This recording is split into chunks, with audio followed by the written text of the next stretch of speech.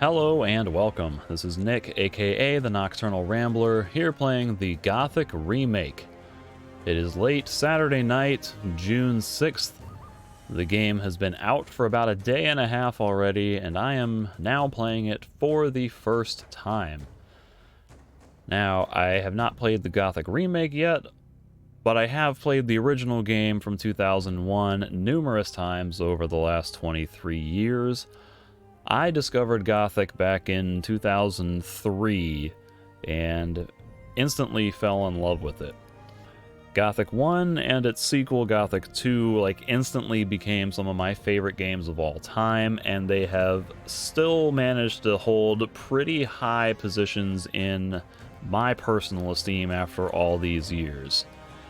Those games really were special. They were ahead of their time in unprecedented ways, and it's kind of shocking to me that the things that made those games so well back in the day, or that made those games so good back in the day, have not really been eclipsed in the years and decades since. I mean, other games have come close, other games have done some things better. Lots of games are similar and equally enjoyable, but there really hasn't been anything that's managed to triumph over Gothic in a completely wholesome way as far as I have been able to experience. So I'm eager to try this remake and see how it goes. I'm also a little bit skeptical because the original games were kind of lightning in a bottle, and I'm not sure that you can really recreate the magic of those games 25 years later. Maybe this will be a faithful remake and it'll be as accurate as you can be, but it remains to be seen if it'll capture the same sort of magic or spirit in a completely different time. But there's only one way to tell, and that's to play the game. Now, because I have played Gothic quite extensively before, this is not, you're not going to get first-time player new reactions to Gothic out of me, because I already know, the map layout, who all the characters are, the story beats, where to find a lot of the loot and quest solutions. I'm assuming a lot of that is going to be very similar to how it was originally. So a lot of my commentary is going to be from the perspective of a Gothic expert, so to speak, who's played the original so many times that a lot of the details are still emblazoned in my memory, even though I haven't replayed it in 7 years. I've played it, I don't know, maybe a dozen times over the last 23 years, and even that's probably a small number compared to some other die-hard fans who are even more passionate about Gothic than I am. So a lot of my commentary is going to be sort of noting where it is different or similar, different from or similar to the originals, and sort of judging it as a remake / adaptation of the original. So not so much commentary on how the remake is as just a game by itself, but that's kind of where my commentary is and insight is going to be, is just how it kind of lives up to the legacy of the original games and how much it respects or perhaps doesn't respect the originals. I don't know. We'll have to see as we go. But despite that, I'll try not to spoil any major things that'll happen later in the game or later in the series, because some of you watching this may not have played the original games and may not have played the sequels. But before I get into the playthrough, I want to go over some of the settings I'm using, because some of the settings I'm using may be different from what other playthroughs or video footage will have. So there's an option for a camera preset. I'm going to use the classic behind the back because I don't really care much for that off-centered over-the-shoulder look. And I don't have a great computer. I think my hardware is from 2019. So I'm using a Ryzen 5 3600X CPU, a Radeon 5700 XT GPU. I think it has 8 gigs of memory if I remember right. And then I have 32 gigs of DDR4 memory on a 1440p 144 hertz monitor. And despite the fact that my graphics card supposedly doesn't even meet the minimum requirements, I am able to get like 40, 50, sometimes up to 60 frames per second on what they claim is high, but really it's medium settings, because like these go up to Gothic very high and then extreme experimental overdose. But you know, I can get 40, 50, sometimes 60 frames per second with resolution scaling and frame generation, and I think the game doesn't look half bad with those functions. I wish I didn't have to rely on this kind of stuff, and I wish I could run the game on better settings, but I can't justify the cost to upgrade my computer in this economy when everything is getting like more and more expensive, especially computer hardware. But this kind of gives you an idea of some of the settings that I have. So like, I hate motion blur, so that crap's off. I'm not a big fan of bloom, so I dropped it down a bit and things like that. And these ones are very subjective as well. Like, I've lowered brightness and contrast because I don't like the super bright brights and super dark darks of the lighting in this game. That might be an Unreal Engine thing in general, but I found that lowering the contrast and the brightness a smidge kind of mellowed some of those harsh contrasts out and made it a little bit more of like a medium grayish color palette instead of harsh blacks and whites everywhere. And then I gave it just a little bit of extra saturation for color pop to sort of compensate for the muting of some of these things. And I think it looks okay that way, but I'm sure everyone will have different opinions. There's probably like different ways to configure this to make it look a different way. But then I also have a lot of these accessibility features turned on, and some of them I'm going to want to turn off later. Like, I'm not a fan of interaction icons and input prompts that say like press F to pick up item with like a little graphic icon of a hand picking up an item. That stuff's redundant to me, but I haven't played this game enough to know. Like, I've just run around a little bit to test recording settings and get my controls figured out. So I'm not, like, I haven't gotten muscle memory on all the controls yet, and it's especially tricky because I'm using a Steam controller. Not the new one that just came out, but the original from 2015. So I've got like mixed inputs where I'm using like half controller prompts and half keyboard and mouse.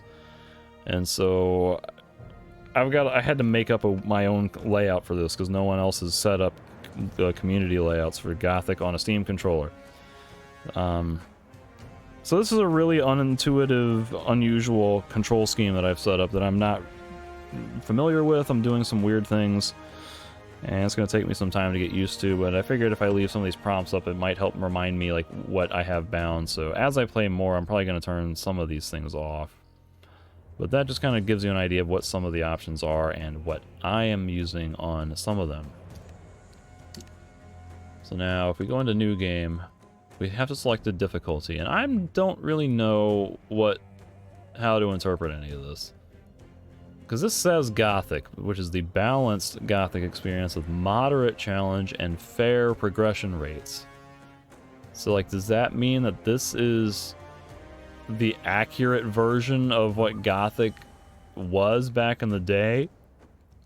Or is this just standard, normal, recommended difficulty? Like, hard says enemies are tougher, traders are less generous, and experience gain is slower for a challenging experience. Now that kind of intrigues me, that it's not just like bumping damage ratios. You know, they're making the economy tighter, and in terms of money and the amount of skill points you're gonna get, essentially. And like, that is intriguing to me as being a little bit more tailored of a difficulty setting, but having not played this remake, I don't know if this is going to be like the optimal ideal difficulty to play on, or if it's just going to make the game tedious. And then custom is just kind of like, you know, I don't know enough to really decide what I want for this, so like I'm tempted to just leave everything on Gothic for now. Just as like it says Gothic and I'm playing Gothic, so if I play that. Well, there's also this close combat flow helper, which if activated using the correct follow-up attack is not required, but instead the combat flow continues with any attack used. However, this doesn't trigger an actual combo. This option is not recommended for hardcore players, so I think I'm going to turn that off. That sounds a little hand-holdy, and like it would kind of defeat some of the point of the control input system for combat. But these things are going to get locked in as soon as I start the playthrough, which is a little concerning, so I hope that this is going to be good. Like, maybe me being a Gothic veteran means I should play on hard, but maybe this will be different enough that I should just play on normal. However, before I actually play New Game, I want to come into the sound and raise the master volume, because the main menu music is loud AF. You see how loud it is when I put it at like kind of a normal playing volume, and so I wanted you to be able to hear me while I was talking about all this. So let me bump the volume back up to a normal playing level, and then I'll click New Game. We'll go into the opening cutscenes, and I'll catch back up with you when we get to gameplay.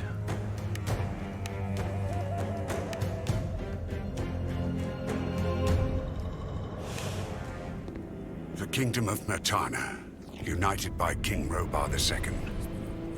During the long years of his reign, he was able to defeat all foes of his realm.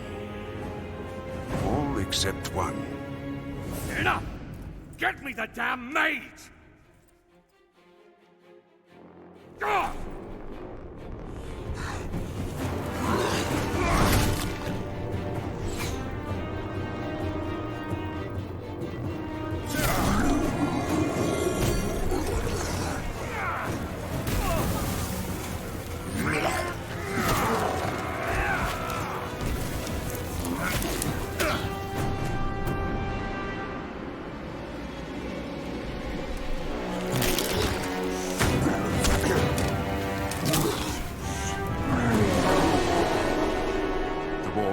The orcs took its toll, and the prisoners of the realm were to pay the price. The king needed swords for his army, and every man guilty of a crime, no matter how insignificant, was forced to work in the ore mines of Khorinis. To make it impossible for them to escape, the king sent out the best magicians of the kingdom to create a magic barrier around the entire valley. I was one of them. Something disturbed the delicate structure of magic. We were trapped inside our own barrier. During the years, there were many attempts to open the barrier, but nothing worked. Nobody could get out. 1 second of negligence was enough for the prisoners.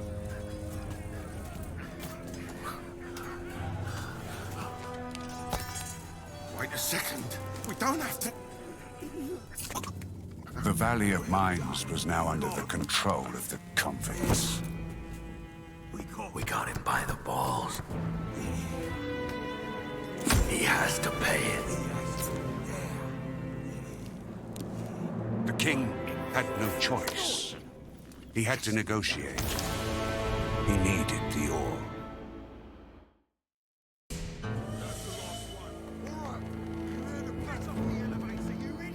Month after month, the king supplied everything the prisoners needed. Month after month, they brought the ore to the edge of the barrier in exchange. Until the present day, another convict was brought to the cliff. He did not know, but he would change everything. In the name of King Robar II, bearer of the Scepter of Varant, I sentence this convict to... Stop! Convict, I've got an offer to make you. This letter must reach the leader of the Magicians of Fire. You're wasting your time. You may choose your own reward. They will give you anything you ask for. Very well. I will take your letter. On one condition. Spare me the rest of his nonsense. How dare you! Keep silent. Right, send him in.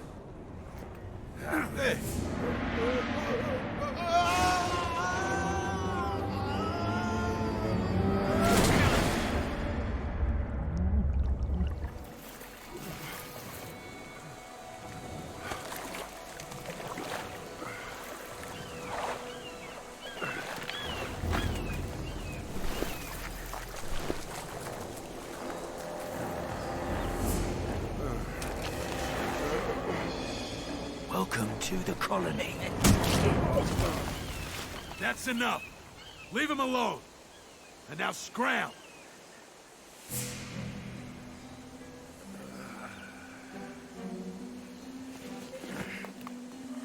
Get up.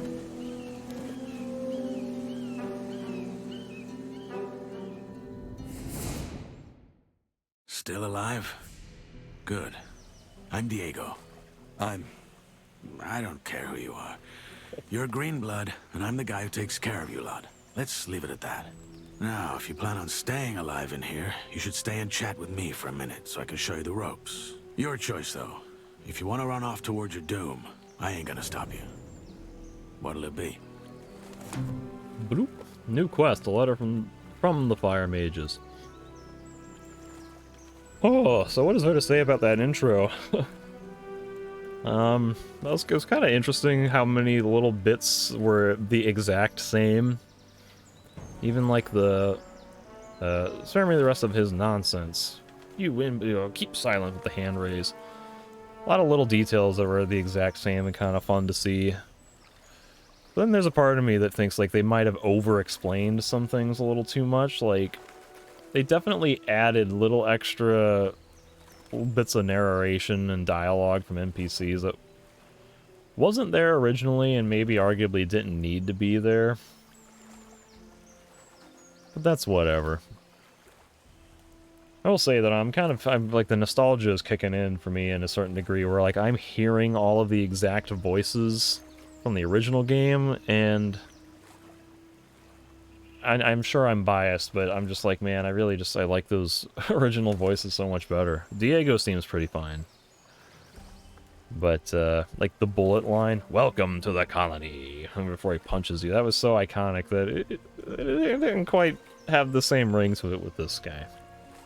But anyway, let's do some dialogue here with Diego. Now, I could just say goodbye. That's an option. Things might change if I do that. But I'll play along and do all the dialogue as normal. What do I need to know about this place? We call it the colony. We mine ore for King Robar, but I'm sure you already figured that out yourself. Well, at least us from the old camp do. Old camp? Yes, there are 3 camps inside the barrier. The old one, the new one, and the swamp camp. The old is the biggest, and was also the first. Tell me about the other camps. They split from the old camp to pursue their stupid breakout plans.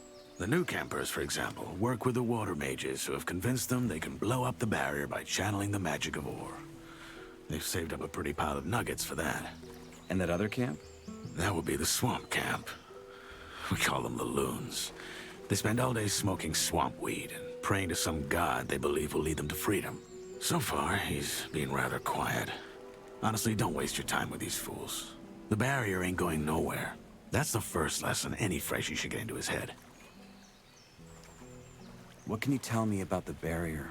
Other than that there's no getting through, not much. What would happen if I tried to walk out of here? The same that happened to the last fool who had that brilliant plan. It would hit you with a lightning bolt so nasty, even the scavengers won't touch what's left of you.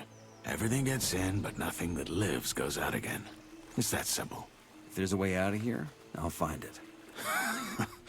So eager to get out of here, huh? And you only just got here.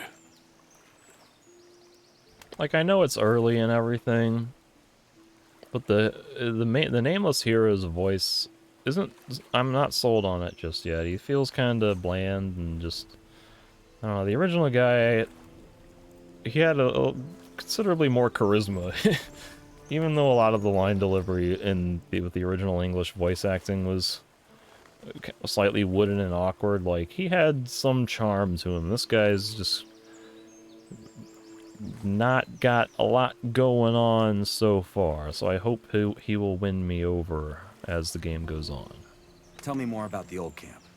We control the biggest mine in the valley. That makes us, or rather our leader Gomez, the biggest wolf in the cage. Control the ore, and you control the colony.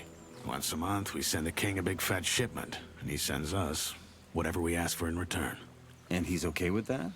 What's he gonna do? Send his army into a dome it would never get out of again? His soldiers would desert before they did that. We have him by the balls, and he knows it. You can get your piece of the cake, too. All you have to do is join our camp. Tell me about this Gomez. What's there to tell? He's the biggest ore baron, the boss of the old camp, and the most powerful man in the colony. Say I want to join Gomez and his guys. What do I do? Talk to the warder at the castle entrance. Thoris, that's his name. He decides who gets to see Gomez and who doesn't. And then what? You'll figure it out. Bloop. Admission to the old camp. Here we are. Why did you help me? Because you needed help. If I hadn't stepped in, there's a chance Bullet and his lads would have killed you. That said, I also want to make you an offer. I'm listening. Yes, your little run-in with Bullet and his lads hopefully showed you that the colony is no place for lone wolves. If you want to survive, you gotta join one of the 3 camps sooner or later. I'm here to tell you that the old camp is your best bet. How do I get to the old camp? Oh, that's simple. Just follow the road down the canyon. You can't miss it. Find yourself a weapon first, though. The thoroughfares are somewhat safe, but there's plenty of wild animals roaming the area these days. Where do I get a weapon? Well, you can't take it from the trading post. This is old camp property. I tried the abandoned mine down the canyon, though. There's bound to be something. Where is this Bullet now? Probably back in the old camp. He and his lads came here to pick up the king's shipment. If you plan on taking him on, though, be careful. He's a damn good fighter. Your guys just nearly beat me to death. Why would I join your camp? Look, kid, I'm not gonna stand here and try to win you over. Yes, Bullet is a bastard, but in a way, what he and his guys did to you was a good lesson. Strength and reputation, those will be your biggest assets in here. And you, as of now, have neither. So yeah, that's how it is. Just know I've been here a long time, and I'm telling you, your best chances are with us. Take it or leave it. It's all the same to me. I have a letter for the highest fire mage. That's so. Yes. Some mage gave it to me before they threw me in. Interesting. Consider yourself lucky that the mages and I aren't on the best terms. Anyone else would have happily slit your throat for that letter. Look, most folk in here are dirt poor, and the mages are known to pay good nuggets to their helpers. So do yourself a favor and keep your mouth shut about this until you meet an actual mage. Unlikely as it is for someone in your position. Why not? The mages live in the old camp castle, and only Gomez's guys are allowed in there. But if you're lucky, you might run into Torres in the outer ring. He's the only one ever leaves the castle. I'll be going. Thanks for the help. Don't mention it. Feel free to tag along if you want. If not, see you in the old camp. And one more thing. You can read, can't you? Take these notes. They might just keep you alive. Glossary for Diego. So what is this? Character entry? Diego. He's from the old camp, someone who knows exactly how things work in the colony. He seems to have an answer for everything, and probably always a plan up his sleeve. If there's anyone here who can help me, it's him. Okay. Now, did he say that Torres would wander around the outer ring? like outside of the castle. Oh. Because that's interesting. That might be a variation from before, but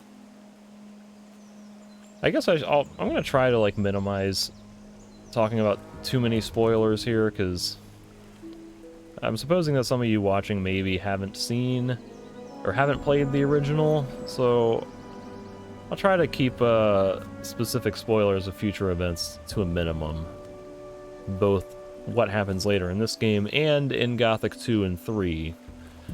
Because if this game does well, then maybe those will get remade, and maybe you'll play them as well.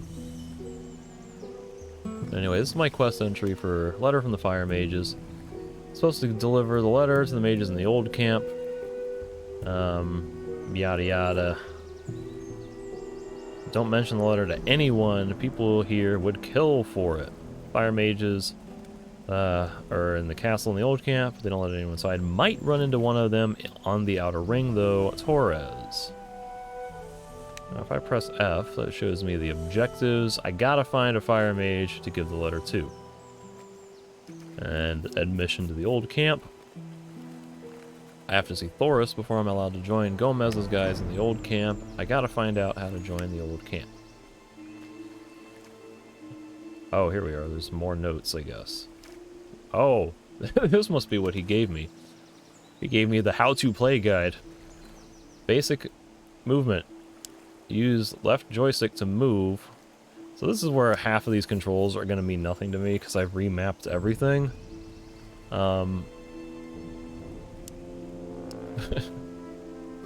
Diving, press L to swim faster. While swimming, you can perform light attacks with left mouse button when stationary. Huh. Did not expect that. Yeah, that makes sense. Attributes, you have 4 core attributes that define your capabilities. Oh, I got a scroll wheel. I did not map that onto my Steam controller. And my D-pad does not scroll, nor does the joystick. Okay, I gotta use a mouse wheel, weirdly enough. So strength increases raw damage, dexterity increases damage with ranged weapons, mana for casting, health is how much you have. They can be increased from 10 to 100, HP starts at 40. Yeah, they're definitely telling you a lot more about how the mechanics work than the original game did. Smithing, you can spend learning points up to 10, you gain 10 per level, but warriors should focus on strength and melee weapons, rangers, dexterity and ranged weapons, mana and magic circles. Wow. Teachers throughout the colony can train you in various skills and attributes. Finding teachers is a crucial part of exploration. Learning points will be needed, but sometimes they may require or completion of specific tasks. Combos! Melee weapons can perform directional attacks. Left and right, Q and E to perform left, right, above, and below. Weapon mastery determines the combo potential and fluidity of the combo. Untrained cannot perform combos. Trained can perform. Master can add finishers. Avoid mashing buttons. To perform a combo, you need to time the input to the right moment. A visual cue on the weapon, like such as a surging lightning bolt, will indicate it. Chain combo attacks do more damage, more attacks in the chain. The more damage each following attack. Finisher. So this is like straight up from Elix. Maybe. I don't know if there's going to be a combo meter that you have to build. But that's intriguing. That's one of the things that the remake, I think, had a lot of potential, was just to add more depth to the melee combat.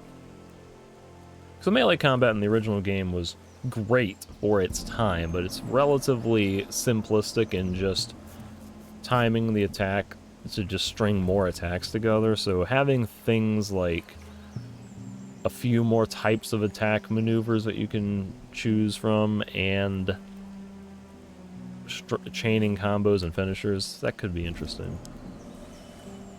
Dodge. Dodging is essential. Press Alt or in the right bumper.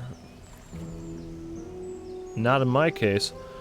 I'll press whatever button I made my Steam controller to, but there are invulnerability frames during the dodge.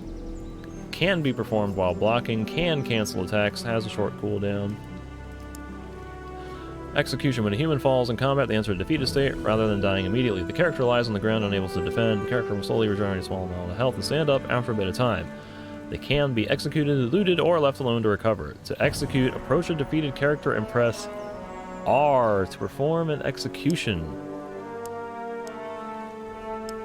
Or left trigger and Y? I don't know that I have R or left trigger and Y bound to a command. Only humans can be defeated and executed. Creatures die immediately. Some important NPCs cannot be executed to prevent story locks. Draw and reload. Drawing your bow or loading your crossbow prepares you for ranged combat. With bows, press and hold the right mouse button to draw your bow. The longer you hold, the more powerful the shot. The longer it will travel and the better the accuracy. Holding for too long will cause fatigue and you'll end up lowering the bow. Shoot by releasing left mouse. Draw speed is increased by your mastery level. With crossbows, press to load a bolt. Crossbow needs to be manually reloaded. You cannot move while reloading a crossbow. Shoot again. Reload speed is increased by your mastery level. Finally, scrolls. Scrolls are single-use magical items that allow anyone to cast spells without requiring magic circle knowledge. To use a scroll, put the scroll in your quick items. Use the scroll as a quick item. Hold left mouse to activate the scroll. Scroll is consumed and destroyed after use. Scrolls are perfect for non-mages who need occasional magical support or for casting spells beyond your current circle knowledge. Nonetheless, scrolls still require mana to be cast. They can be found and traded in the colony. Scrolls can also be crafted through inscription. So that's new. Alright. Why do I still have an exclamation point? General? Oh my god. Holy crap! There's so much tutorials.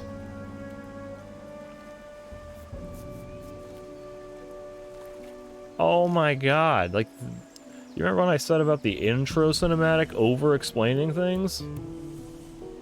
This might be over-explaining. Like, this is every little mechanic in the game. Falling from heights greater than 6 meters will like, oh my god. Like, some of this I feel you could just learn through experience. I don't know how... This is a weird decision. Like, I don't mind that this is here because it's clearly optional and it's nice to have a point of reference. To have, like, some official documentation for this, but I'm just not sure what the purpose is, because it's like this is supposed to help people understand the game, but the people who need their hand to be held to understand the game aren't going to read 64 pages of tutorials. And the people who already know the game, having played the original game, the seasoned veterans, probably don't need to read all this either, so... Like, man, I kind of don't want to read all this just because it's a lot. Wow. Let's see, like, I'm just going to look for ones that intrigue me. Like, what is wall climbing? Wall climbing requires a teacher lesson. Not all walls can be climbed. Look for visual markers indicating climbable areas. Approach a climbable surface and press F. If you have your weapon, you'll automatically sheath it while on the wall, yada yada. You can press F to jump off the wall. You can attack with your fists and leg attacks. You can't use items while climbing. Okay, our damage types. Okay, we do have blunt, edge, and point, which I guess are going to be different defenses that I'll need.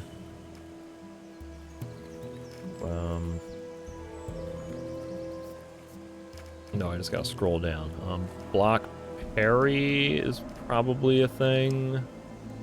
Like, I probably have to be melee trained and you press the block button, yeah. Riposte, you click after an attack. Yeah, like, God, like, some of this is just straight up common sense. Stations? You cannot okay, so press F at crafting things to use things. Region economy. Prices fluctuate based on how common an item is in a region compared to the entire colony. Price decreases, price increases. The old camp has abundant weaponry due to proximity to the exchange zone. Weapon prices are lower there. New camp lacks weapon access, so prices are higher. Your trading directly impacts these dynamics. Selling many swords to new camp merchants temporarily reduces their scarcity and lowers prices. Well, that's interesting. It's a dynamic economy system. Orientation, press M to bring up the map. Map unlocks, like, goodness gracious. There's so much here. Perception, sight, hearing. Oh my gosh. Alcohol and swamp weeds. What? Scavenger riding?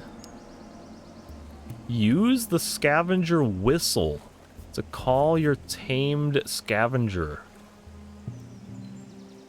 What in the world? While riding, use WASD and shift to make it sprint. I am, like, concerned. Why is that a thing? Dear Lord, help me if I'm gonna be riding a scavenger around. Alright, well.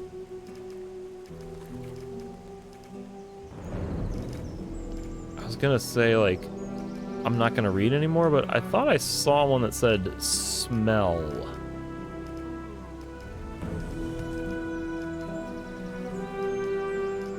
There it is. Wait, what is smell? Oh, it's saying that other creatures can smell you. It's like the sensory range. But rain significantly reduces smell detection range. Heavy storms make okay. So, like, I could spend 30 minutes here just reading all of that. I don't want to do that. I kind of do, actually, because there's, like, intriguing information, and just in general, I like to explore all that, but I'm sure that's not very fun to just sit and watch me read all the time. So, this is the starting area. And this, it's a little bit different from the original game. A little bit more of an expanded exchange zone area. But they also, they showcased this area in the Nyrus prologue.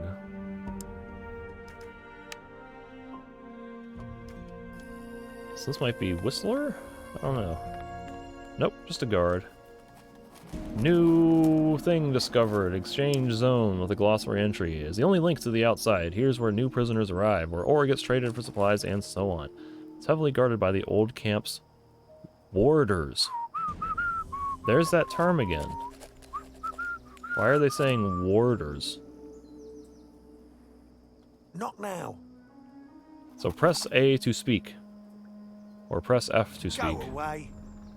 Depending on whether you're using controller or Go away. mouse and keyboard.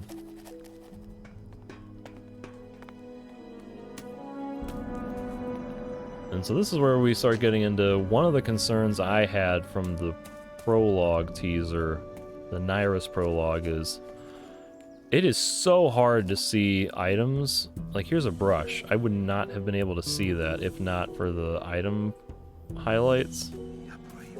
And I'm guessing the red means steal, so maybe I can steal it.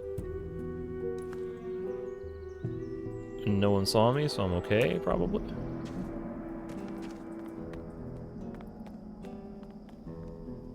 But there's one of the accessibility options is the ability to turn item highlights on and off. And I was experimenting with that before launching the full game, and it seems like, you know, normally I would be against that stuff, but just with the high graphic detail and the amount of general clutter everywhere, I kind of don't mind having a little highlight to be able to specify, okay, this is exactly what I'm targeting.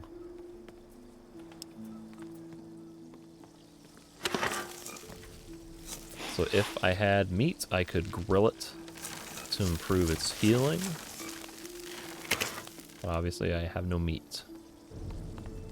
I could try to steal some apple and bread and a jug.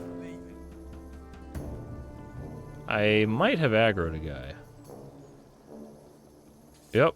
How about... No. How about you guys leave me alone?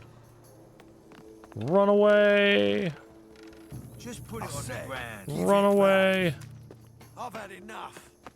Let's see if they will... Oh, there was like an item there. A torch. Let's see if they'll forget me.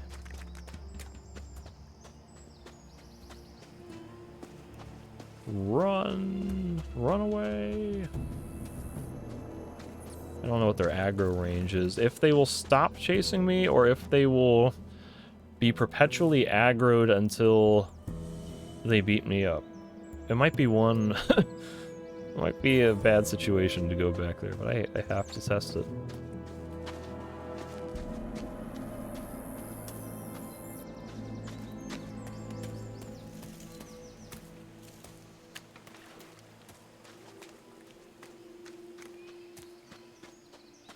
One annoying thing about the mouse and keyboard controls is that there is no toggle sprint function.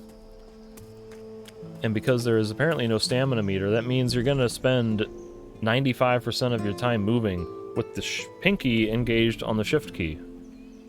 And that's one nice benefit about a Steam controller, is I can put the... I can bind sprint to be a toggle, or put it, in my case, I use the left trackpad as a joystick. And then the outer ring is the sprint function, so when I just swipe far enough, I automatically enter sprints, so I don't have to deal with the strain of constantly holding down my pinky to sprint all the time. So let's see, do these guys care? Are they gonna recognize me? Leave it. He's putting his board down.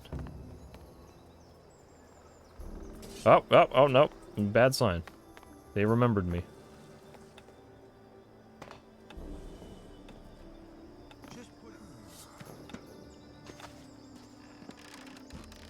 Now, I doubt that they will murder me, I've had enough. but they might steal stuff from me. Like, I have an ore now, so they might want us to take that. Close the door. I'm gonna die. There we go.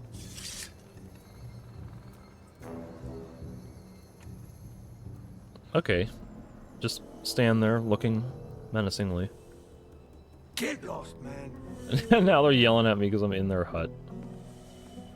Leave it. Alright. Get out of my way. Excuse me.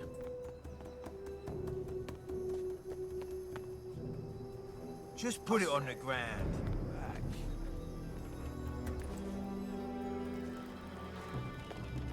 I've had enough. You're gonna attack me again? Like, I've left the area. What is wrong with you guys? Get it out of your systems. Hey, Oh, not like that. I wanted you to just beat me up and take my ore. These guys are, like, way overreacting. Because I took an apple, and then because I was standing in their hut, that they weren't letting me leave. I said, give it back. Open door. Lockpicking tool is required. Just put it on the ground. So I've I had Need a enough. key for that. obviously can't do that. Here we are. Now they're gonna grab my crotch, apparently. Next time's gonna hurt for real. Put your swords away, guys. Like, jeez. Just put it on the ground. I said, give it back. You took it back already. I've had enough. What is your problem?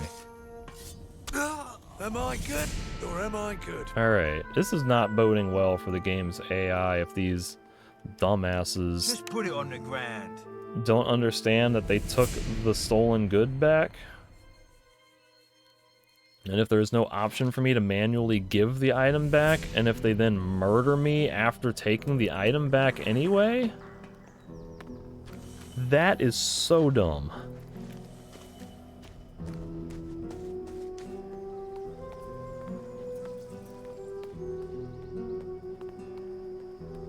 I hope I'm not going to be raging in frustration at stupid AI like that. But these guys are really not painting a good picture for what to expect. Like, I've got a bad feeling I'm going to have a lot of frustrating deaths and reloads just due to weird-ass guard behavior.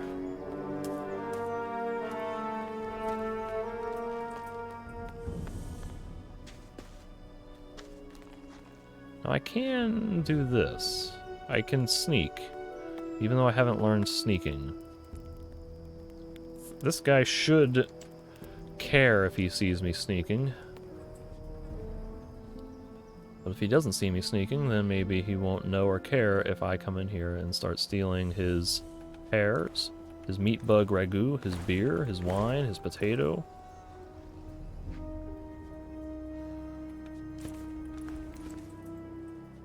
Kind of looks like a health potion, but can't target that.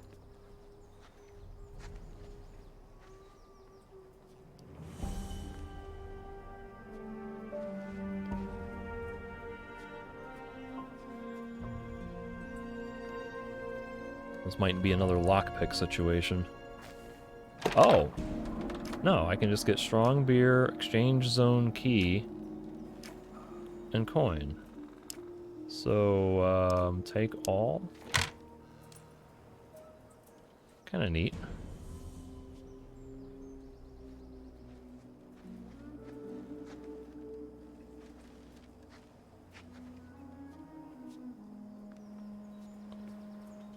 Run! Yeah, you saw nothing.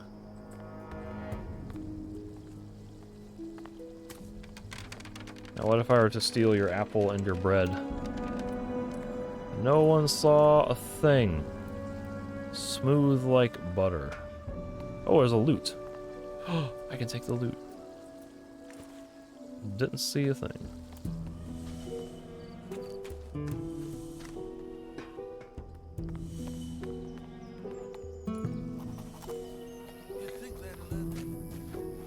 Alright.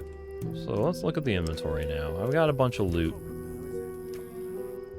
This is a trophy. It might be used for crafting recipes.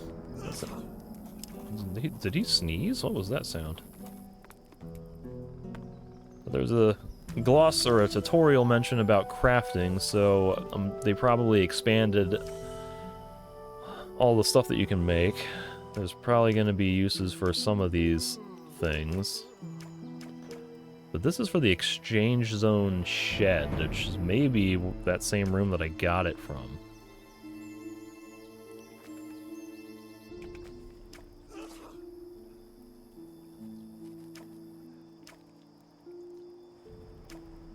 You can't play the loot, apparently. That's a definite downgrade from the original game. No playing loots.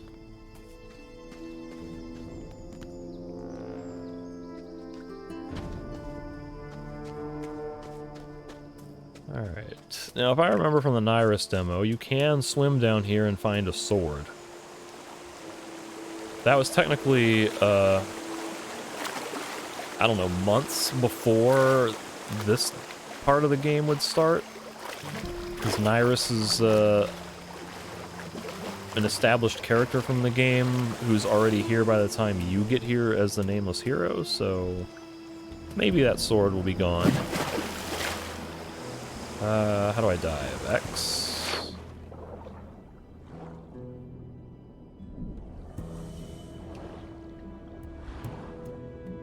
I think I see something down here. Looks like a lamp. Judge's hat. What? Got a judge's hat. It's the guy from who was like sentencing you. Let me swim up before I suffocate.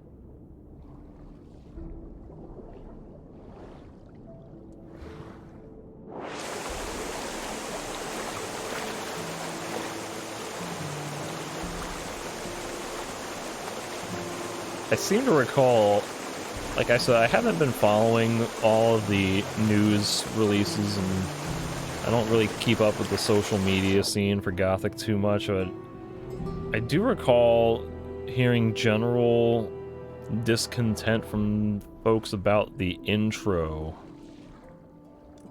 And I think the judge not having his tall hat like he did in the original might have been a kind of a meme comment that people were making at the time. Well, maybe that was kind of a meme response. I don't know. I might not make it up in time. It's gonna be close.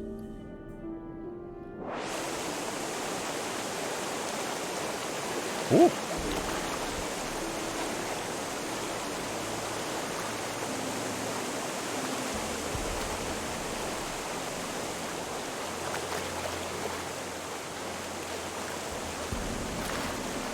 One more dive just to confirm. I think I got everything, but not sure. Might have been possibly a little bit of extra something.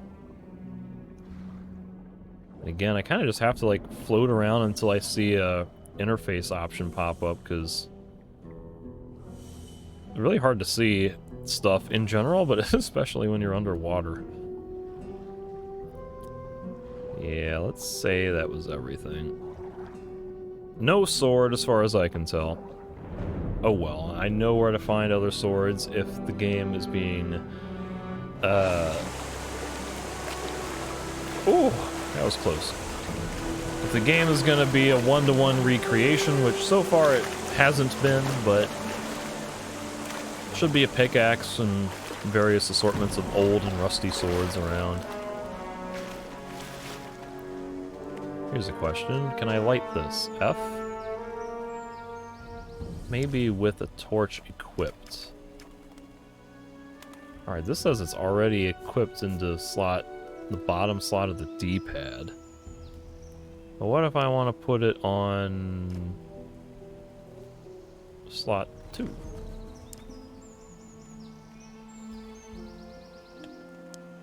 Hey! Oh!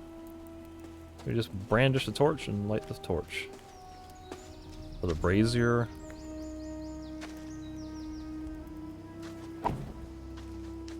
So this can be used as a weapon. Like, these are straight up melee attacks that I'm doing. Question is, can I stow a torch? Probably not. Oh, extinguish. Oh, let's leave it lit.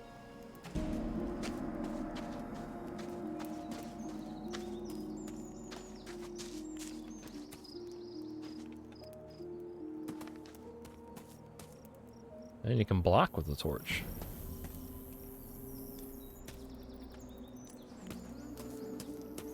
So if you're seeing all these icons switching between keyboard and mouse and controller inputs, that's because I'm using a Steam controller with mixed input. So I have the left trackpad is set to a controller joystick, and the right trackpad is set to a computer mouse. And then I've got like the face buttons and left joystick are controller inputs, and then the triggers and back buttons are keyboard inputs. So I just kind of mixed and matched to try to get something that seemed reasonably comprehensive.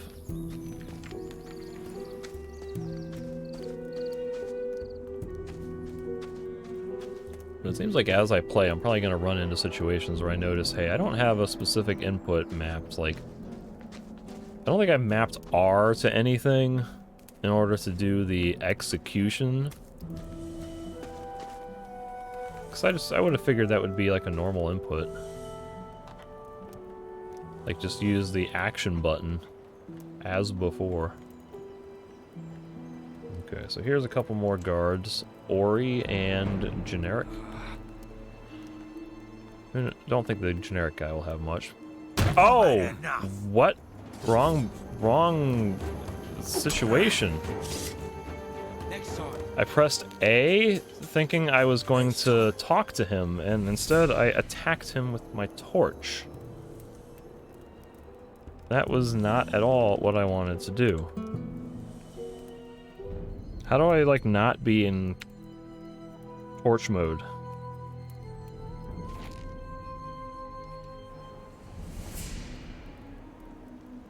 I can just press F. And I want... Make sure you get to the camp safely. I want to double check. What is, it's left trigger plus A.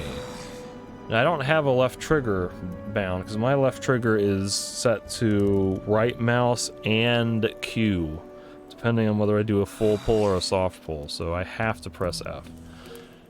So I apologize for some of these weird controls, but this is like the compromise you make with a Steam controller when you start doing creative weird stuff like dual inputs. What's your job?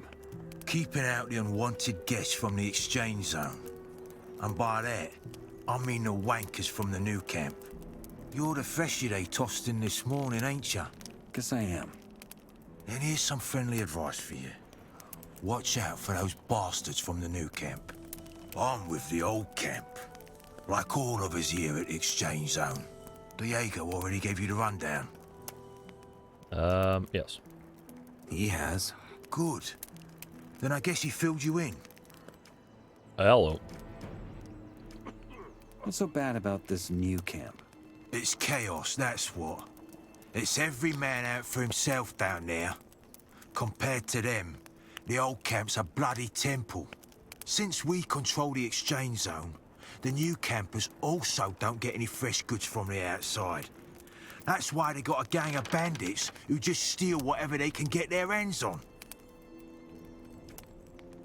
A couple of guys beat me up when I got out of the water. One was wearing armor, just like yours. Yeah. Fate of every freshie. They call it the cleansing. Are all of you old campers this friendly? There's bastards, I'll give you that. But just pay your protection money and you'll be fine. And again, with those original lines of dialogue just being emblazoned in my brain. They call it Standing Godfather. Now it's the cleansing, and instead of the goofy, whatever kind of voice that guy did, it's a little bit more refined British. Any advice you can give me about the old camp? Well, don't piss off the old barons. That's a good start. Same goes for us warders. We are next in the chain of command. Oh, and the shadows may be lower than that, but they have a lot of sway as well. So you want them to be your friends. At the end of the day, just think hard about who you're gonna piss off in here. You're a freshie, so folk in the old camp will see you as a digger by default. If you want any respect round here, you gotta be a shadow at the very least. Well, they keep saying warder. Why do they not say guard? And why would it be warder and not, like, warden? I don't understand this. Guard is the term for this rank. That's the name tag that they use for the NPCs, but the dialogue is saying warder. Any idea where I can find a weapon? Maybe try the abandoned mine farther down the canyon. There could be some weapons. Don't settle for the first pickaxe you can find, though. They're heavy and slow. Use them as a last resort. I saw a woman come in with the goods before they threw me in. What's going to happen to her? Let's put it this way. The ore barons get what they ask for. So the king trades women for ore. Well, they're all convicts just like us. But yeah, he does. His troops need the ore, so anything goes. It ain't as bad as it looks, though. The girls have an alright life in the castle. I hope. Make sure you get to the camp safely. I got a bunch of glossary updates, but I want to try to stow my torch. Oh. It's that same goofy throw torch in ground animation from the Nyrus prologue. I thought they would have changed that. Like, that's such a simple thing to change, I would think. Not now. This guy Not just now. doesn't even Not talk. now. Not now. Not now. Can I steal your apple? I can just take your apple. I don't even have to steal it.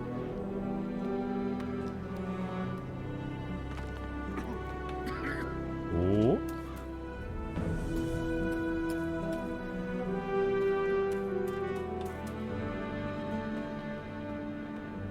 I would like my torch back. Oh wait, is the gate open? Yes, it is. Give me my torch. Ow! What would they say about 6 meters? I don't know if that was 6 meters. Might be.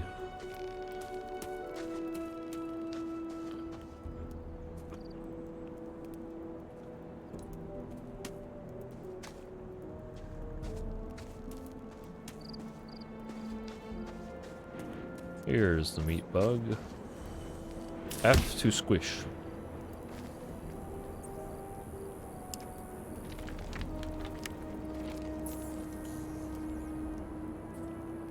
To quote Risen 2 or 3,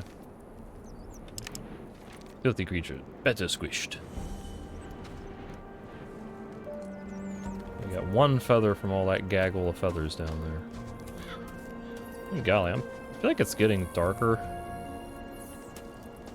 I'm taking so long, it's gonna be night by the time I get to the old camp.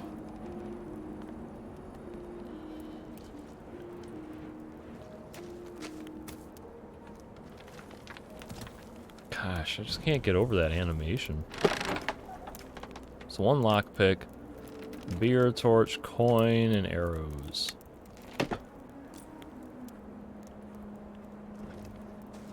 Oh. What is this? Tumbler.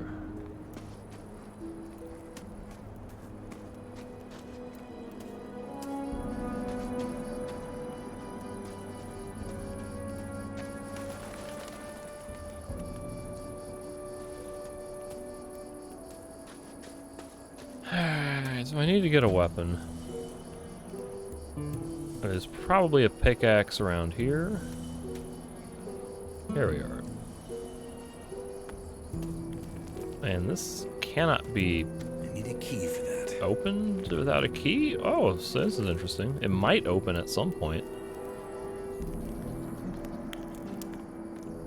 Might be a new area to explore. Something added.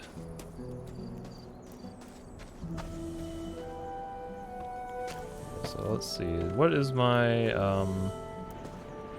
it's bound to slot 1. Now, I'm untrained in 2-handed melee combat, so this is going to be clunky as hell. But by default, so we've got 4 types of attacks. You've got a right click, a left click, or I said that backwards. Left click, right click, Q and E, then do overhand and underhanded chops. So I don't think I can combo any of this by default without having combat training. And there's the rusty sword sticking out of the skeleton that I would probably want to use. What in the world? Oh my god.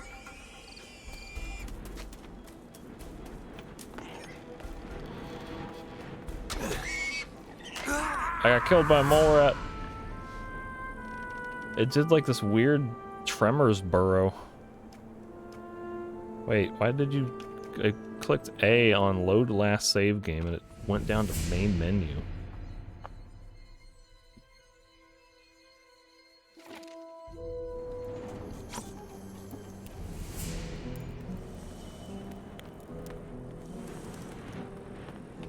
I'd prefer to get the, and so here, this is a key difference between controller and keyboard. When using controller inputs, you get 4 quick slots. When using keyboard, you get 10, I think. But of course, I don't have 10 number row keys on my Steam controller, so I had to create a radial menu. You can't see the radial menu, I don't think, because it's on the Steam input layer.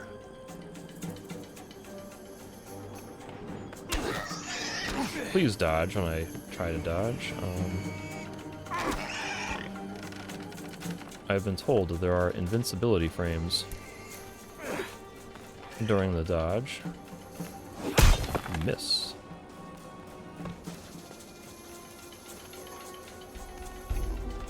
What? Oh, I'm dead again. Good golly. It's just one mole rat. Why does it do this? I press A on load last save and it goes down to main menu. God. It's like a weird... The mixed input is like trying to register two different things or something.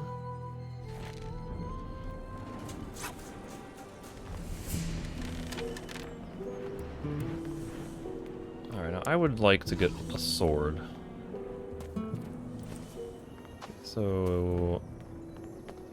Let me get this equipped. This might be a little bit easier. Equip to slot 1, please.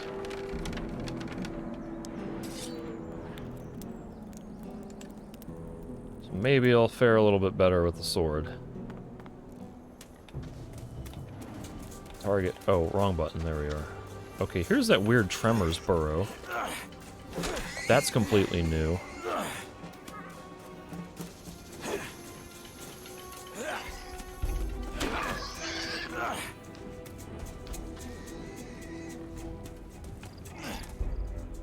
Overhand chop. Much easier with a sword.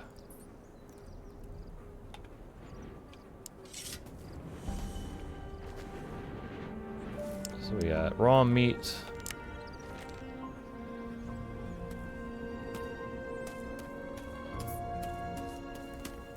Couple of nuggets.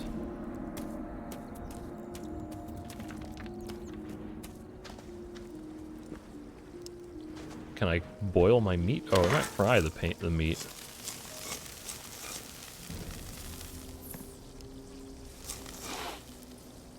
I have to hold A to craft. There it goes. Okay. Progress complete.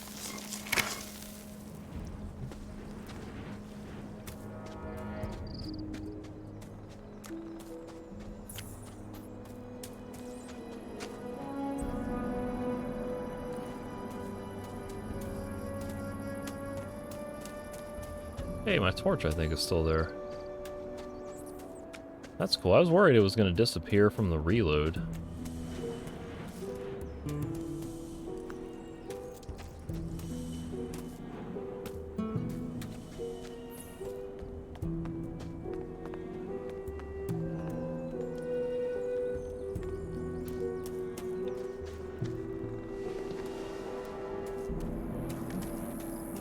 So up here is a little hidden area, I say, but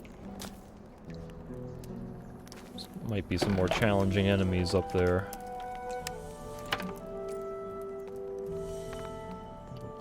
Kind of want that torch.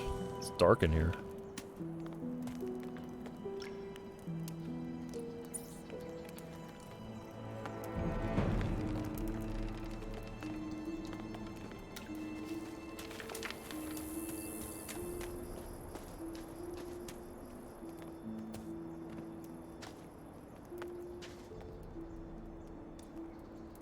Willow wood. Okay, that's a crafting material. Feather is in the material tab, but it is also a type of trophy. Interesting.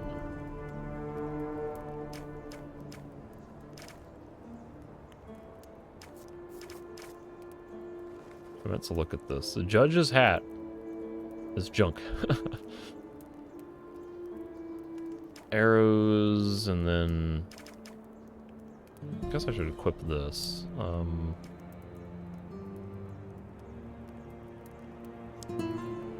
I don't think I need to have my fist equipped.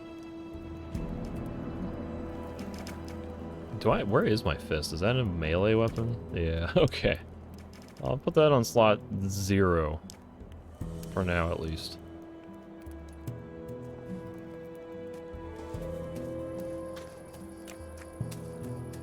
It really is getting dark, like... It's insane that time is passing this fast, and that I'm spending this much time here just in general. Blue Seraphis. Yep. that's pretty much one of those one-to-one things that was in that general spot in the original. I don't like that when I press quick save, it takes like a solid 2 seconds before the pop-up shows.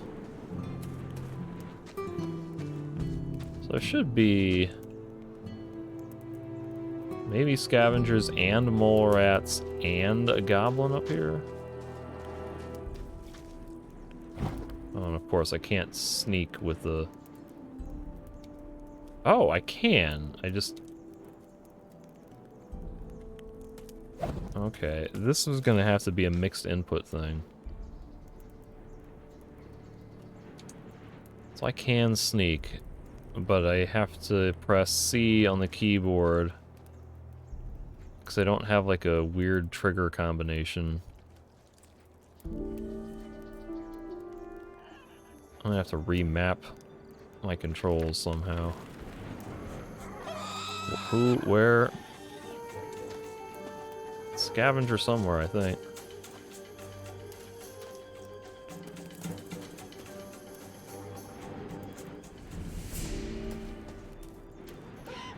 There it is. Straight ahead. Stab, dodge, dodge, stab, dodge, stab, miss. Overhand chop.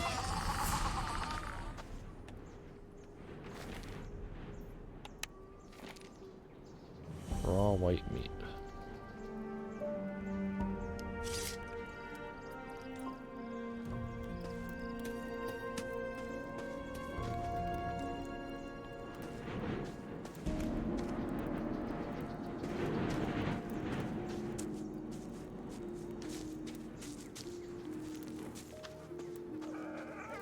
There's another scavenger.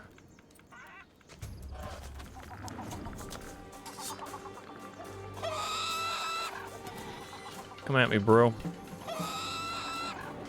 Come to the light, for I do not desire to fight you in shadow.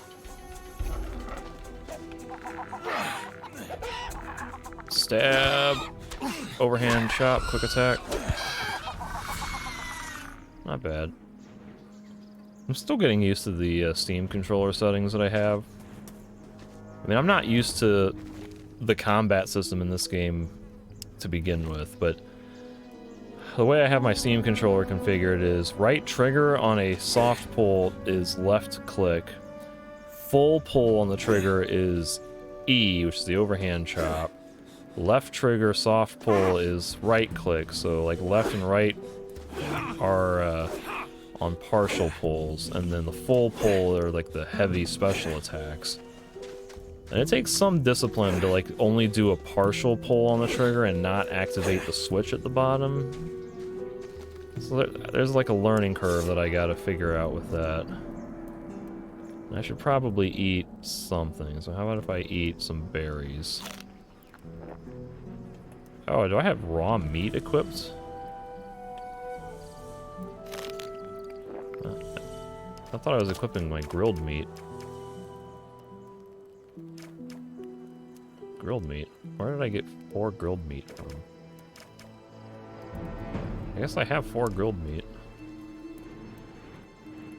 Why not? I'll use 4.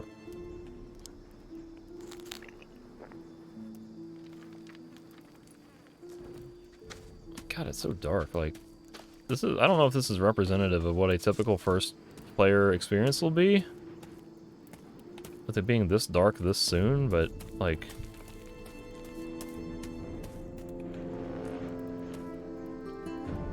here we have our view of the prison colony. So if it were a little lighter we could see a little bit better, but right about there in the middle of the screen where my torch is the old camp where Diego is from. He wants us to go there. And it looks like we can see a few landmarks in the distance. Like there's some old ruins or fortresses up there. Might have seen a tower or something in the background. Hard to see at this distance and in this dark lighting. That sounds like a goblin. I don't know that I'm ready to fight a goblin, though. Let me, drop that. Draw my weapon. Quick save. Can't see shit.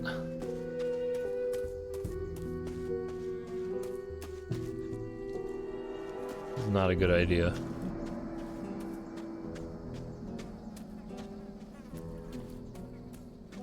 This might be a spot where I start considering fiddling around with the gamma settings, because it's pretty dark.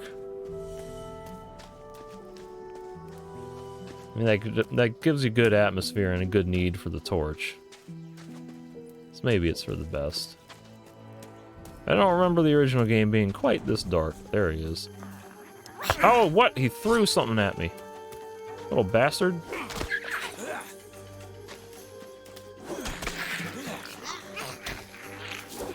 Hey, stop doing that, you son of a...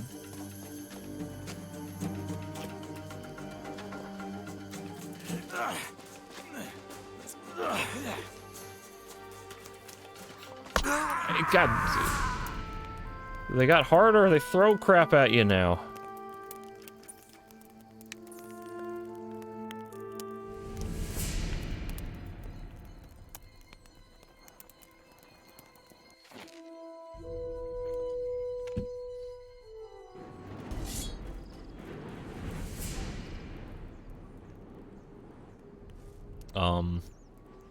What? Why is it so bright? Like, I can see. Now I can't see. It's like getting darker by the second. It still seems brighter than it was before.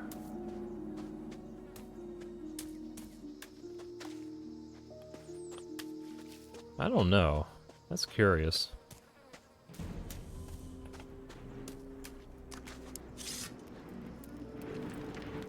This is gonna be a tough fight if the little bastard can just throw crap at me.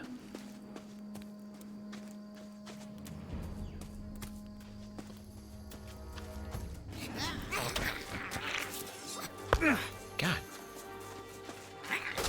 So I block, and then I just die.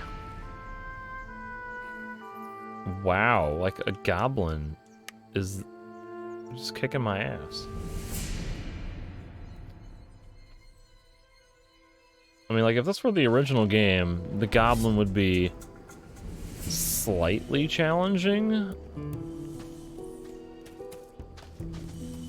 But I don't know, like, these controls are not as responsive in this game.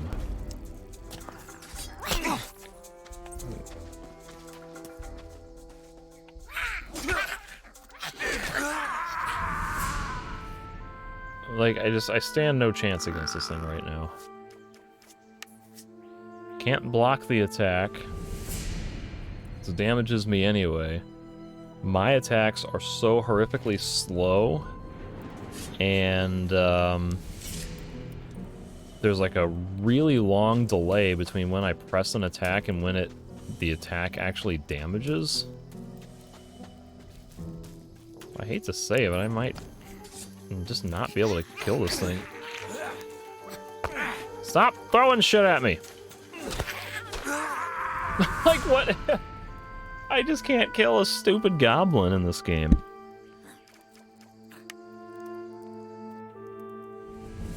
Like, the melee combat is supposed to be clunky and awkward. I never explain this, but you're untrained, so you swing your weapons like an imbecile at the start of the game, and so you're supposed to get skill training, and it's supposed to get better. It is... What? Did my torch get wet? That sucks. But, like, the melee combat is supposed to be difficult at the early stage of the game. Oh, there's two mole rats. I can't see what I'm doing.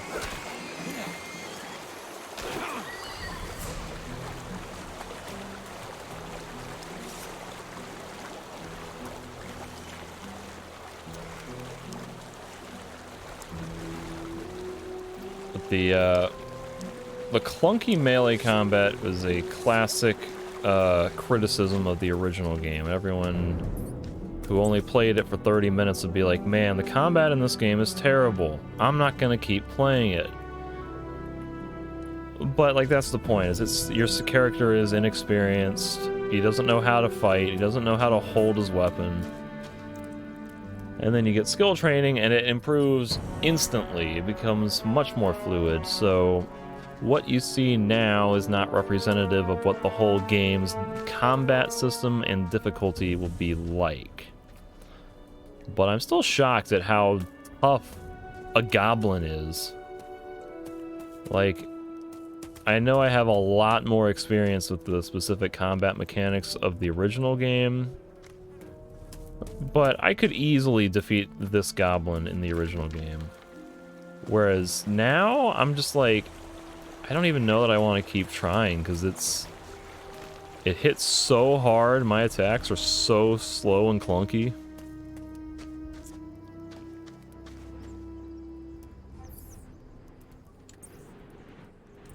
Let me see if I can just run around and maybe grab some loot.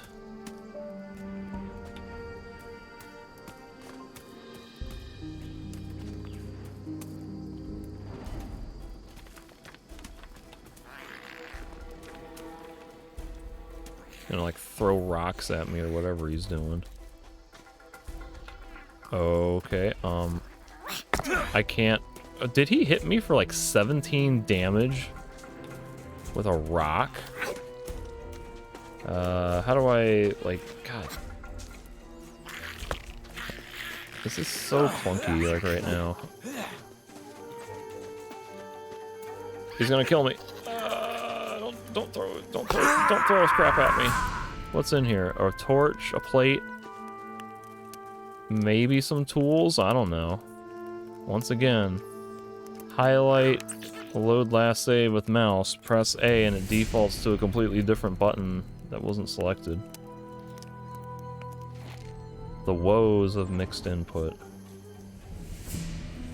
I hate to say it, but I'm just gonna have to ignore that goblin, because I can't kill him. I don't want to sit here for 30 minutes fumbling against the combat system at untrained skill levels against a measly goblin. That is not my usual MO. Knowing that I should be able to kill a goblin, and that I have killed a goblin, I would normally want to keep doing that fight until I master the combat system and figure out the technique for beating the goblin, but I don't imagine that's very fun for you all to watch. And I have been criticized in past playthroughs for spending too much time trying to challenge myself to beat enemies, so I will try to be mindful of popular opinion and ignore what I consider to be satisfying challenge and just ignore it.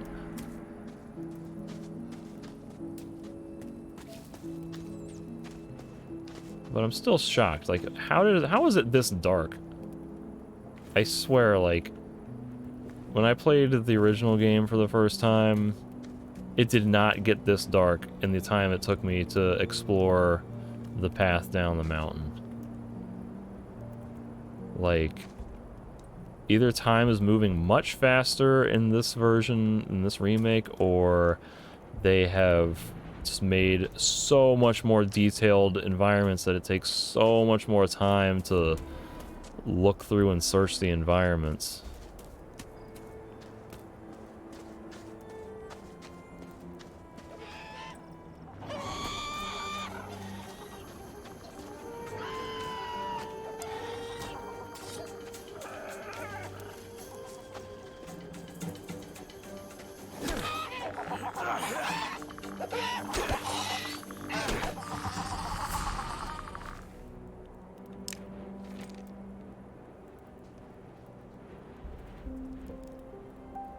Maybe we'll have... Oh, I'm out of meat.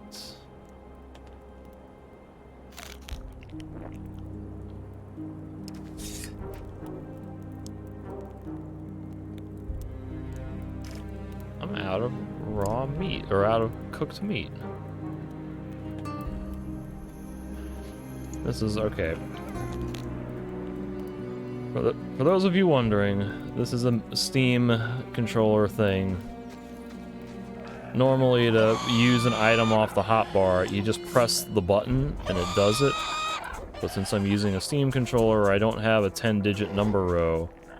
I have to press a modifier key to bring up a radial menu in Steam Overlay, and then I have to swipe through the menu to get to the number that I want. And by swipe through, I mean just, oh, it's gonna kill me. Maybe not. That was like a...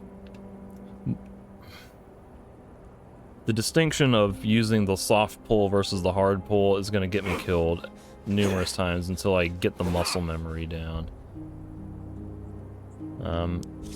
But you know, I have to... I have it set so that right bumper is my action set thing that brings up, changes all my controls, and in this case also presses the B key on the keyboard to show the thing, and then I have to use the right trackpad to bring up the radial menu, where I then, you know, as if I were using a joystick, I have to then swipe over to the correct slot and then click the trackpad to hit the button. So it's a little more of a convoluted process just to use an item this way. And I don't know, it's...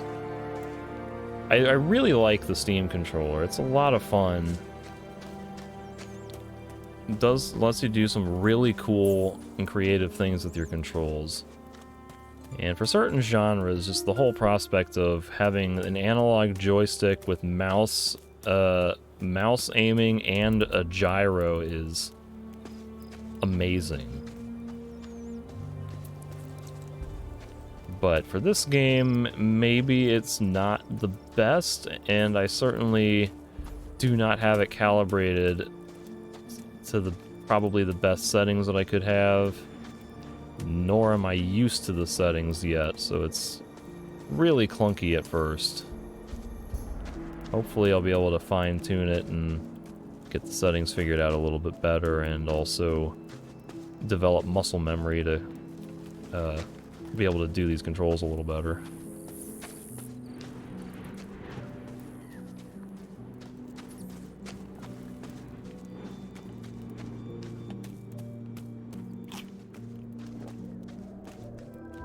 What? Oh. Chapter 1, Welcome to the Colony. That's a little different. It didn't even occur to me that I didn't get a title screen. Normally, it would happen after you finish talking with Diego. Totally slipped my mind that we didn't get a chapter drop until just there.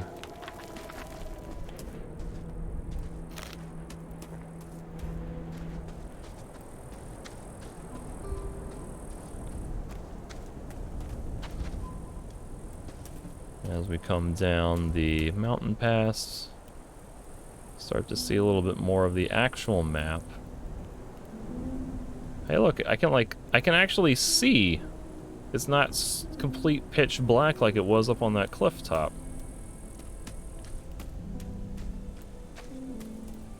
You got the river going across, and the old camp is just on the other side of those trees.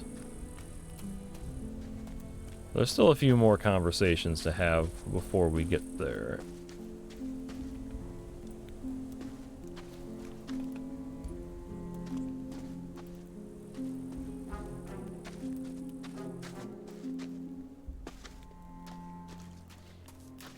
Here's a couple of important fellows. Wonder if I can talk to them with my torch out. Oi, oh, you there. They initiated the conversation. You're a freshie, ain't you? I want to warn you. If you keep going this way, you're going to enter our hunting grounds. You don't want to do that. What's so dangerous about your hunting grounds? Green through and through, eh? Not all the regions in the colony are the same. You got to watch where you're going. The main roads between the camps are mostly safe. But even there, you might run into wolves, and a wet lettuce like you will be easy pickings for them. And yeah, that's exactly what you are right now. At least till you sort yourself out with some weapons and armor. He ain't lying. Where do I find better gear? Where do I find better gear? Well, the nearest spot is the old camp. Just gotta follow that road. That said, you'll get much better deals at our camp, the new one. If you know the right folk, that is. If you make it to the old camp, ask for Mordrag. He's one of ours, and he'll make you a good price.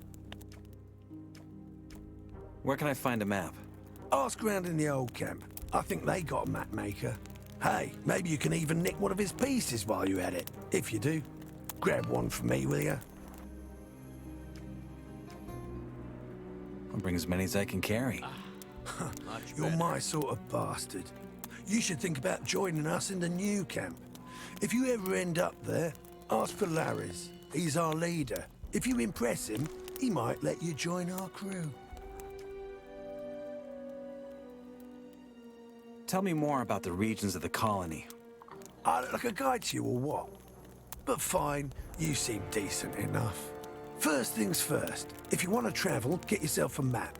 It'll help you suss out a proper road from a dead end. There's plenty of those in the colony, and they often lead you into places with beasts way out of your league. Also, do yourself a favour and avoid the old ruins. There's loads of them in this place, and most of them are old fortresses from the First Orc War or abandoned orc huts. There's orcs in here? Yeah, though they mostly stick to their enclave. Anyway, like I was saying, steer clear of the ruins, especially after dark. And don't go into the last forest. but not least, stay the hell out of the forest. What game do you hunt? Mostly scavengers. Got a lot of meat on them, these buggers, and they're easy prey, if you know how. Well, how's that? That's me mate Drax here. He's better at explaining that sort of thing. Thanks for the advice. Sure you do, but don't go around thinking everyone's this friendly. There ain't much to loot from a freshie like you, but there's some folk in here who'd turn you into meat bug mush for a fucking pickaxe. I'll keep that in mind.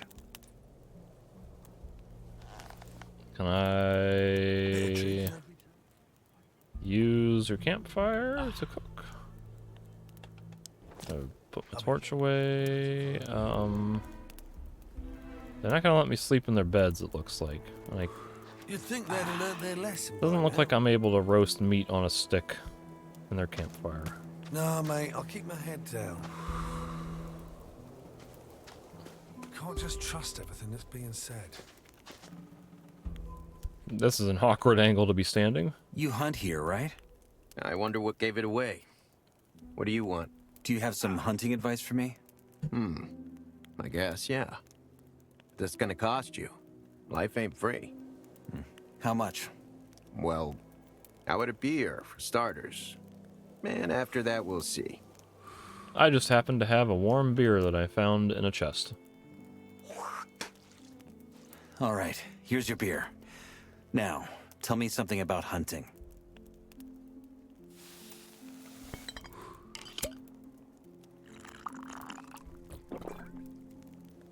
All right. When you run into a group of scavengers, that's what we call those big birds. Best lure a single one of those bastards out of the flock, and then take them down one by one. It's child's play, really. The second you get close enough, they're gonna screech and poke their beak at you. Wait a few breaths, then they'll come charging. Of course, you gotta have your weapon ready by then. If you're good and hit him before he hits you, keep at it until he goes down, and you'll leave the fight without as much as a scratch. If he hits you first, though, well, just don't let him. You know what I mean? There's all those little lines that just immediately come to mind. What else can you teach me about hunting? As it goes, a lot. But that's gonna cost you a whole lot more than just a beer. I can show you how to skin animals or pull their teeth and claws out without breaking them. Those things are hard to get around these parts, so that makes them precious. Traders are gonna make you a good price. Okay, these ore prices are pretty expensive. I don't remember what it was in the original game, but this seems a lot higher than I remember. Like, I was gonna guess 50 or 100. Not 250. But this is a mechanism that might be more valuable to have in this version than the original. Because, like, this seemed, at the time when I played originally, like, it seemed like a good investment. You spend ore now and you get animal trophies that you can sell. But ultimately, there's plenty of ways to earn money, at least there was in the original game, and there wasn't a whole lot of use for the animal trophies, so in subsequent playthroughs, I just never bothered with it. On Gothic 2, it's a little different because you need some of the animal trophies for quests and crafting recipes.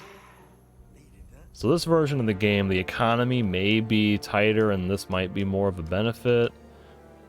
And there might be more use for these sorts of things for crafting, so we're going to have to play that by ear. I obviously can't afford any of it now. So I'll just say, he's demanding a lot. You're asking for a lot of nuggets. Maybe. You can make a lot of nuggets with that stuff. Kill an animal without knowing how to gut it, and they'll just rot like a damn apple. Which in turn means you missed out on a beautiful hide you could have sold for good nuggets. If I was you, I'd learn that stuff as soon as I could. What else can you teach me about hunting? As it goes, a lot. Oh, it's the same menu. But that's gonna cut. I can show you how to. Trader's gonna make you. Know. These guys are kind of cool, just because they're kind of like tutorial characters. The original game was kind of notorious for having 0 tutorials whatsoever, not even basic control explanations. I mean, you could go into the settings menu and look up what the key bindings did, but they didn't even tell you the core system of way the control button, the action button combined with the directional keys to do inputs. This game, on the other hand, bombards you with 64 pages of explaining, you will hurt if you take fall damage by dropping more than 6 meters or whatever. And like I said earlier, I think a lot of that stuff you could probably just learn through, you know, trial and error, observation, intuition. You probably don't need like a user manual to explain all of that stuff. But these guys were like Diego earlier, and then these guys were sort of like the closest thing you had to tutorials where they would explain basic things to you, like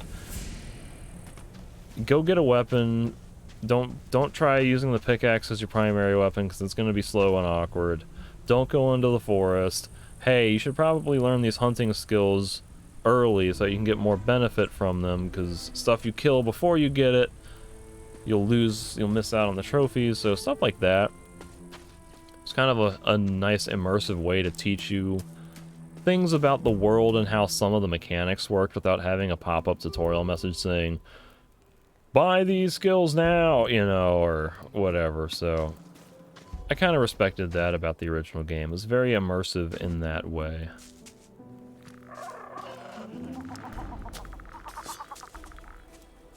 Can't see through the damn tree.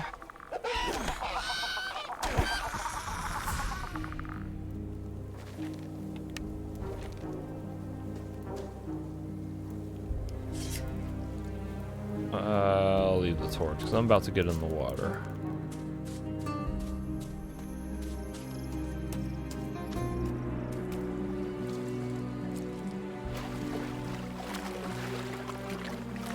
This is a little hidden area that took me a long time to learn about in the original game. But you can swim underwater. There's a little cave over here. So what did they put in here? Mist cap. If I had a torch out, I could light a fire. I'm getting like Witcher 3 flashbacks. All those stupid candles everywhere. What do we got? A bow that I can't use. It needs 14 dexterity. I probably only have 10. Potion of quick healing, 4 lockpicks, 13 magic ore, and willow wood. That's pretty good.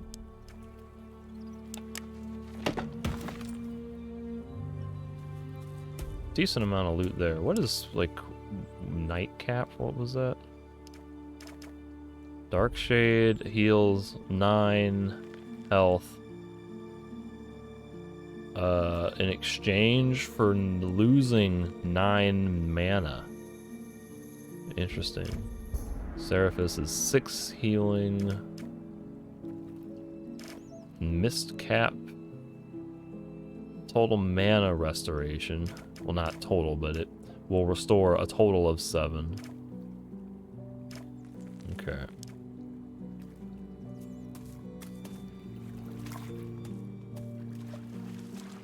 This game may have alchemy as a skill where you can perhaps craft potions from some of these herbs and ingredients, so I would probably be wise to avoid consuming some of them until I'm a little bit more sure what I'm going to be using some of those ingredients for.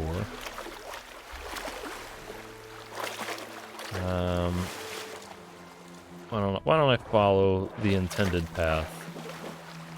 You're supposed to come across, follow the path past Drax and Ratford and get to this bridge.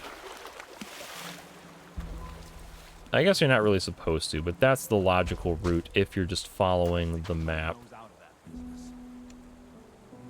Not the map, but if you're following the road, I should say.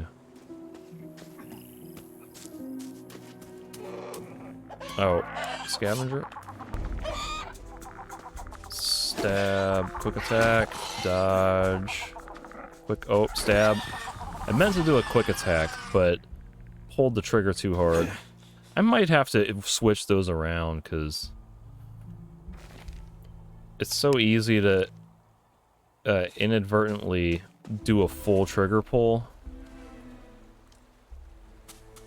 And I think it might make more sense to make the full trigger pull, which is like my natural muscle memory instinct, to make that the standard click, and then the partial pull would be the more deliberate, slower, heavier attacks.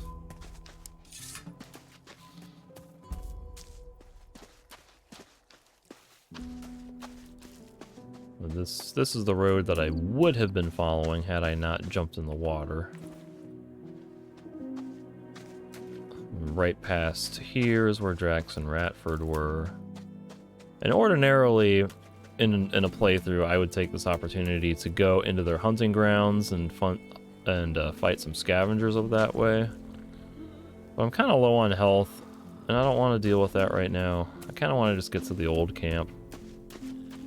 So I'll keep going this way.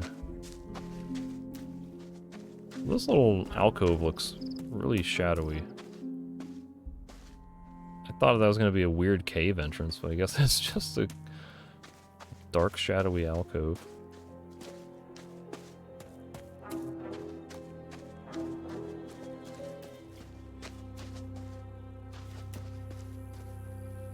This almost looks like it would be a material, like a bundle of wood.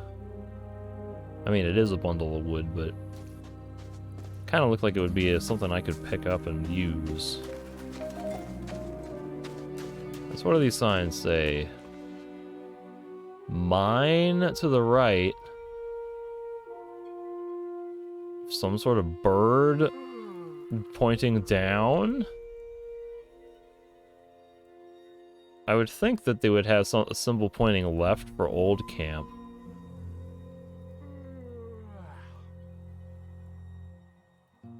I don't really know. I'm trying to interpret what. I guess that's supposed to be the symbol for the old camp left? Maybe?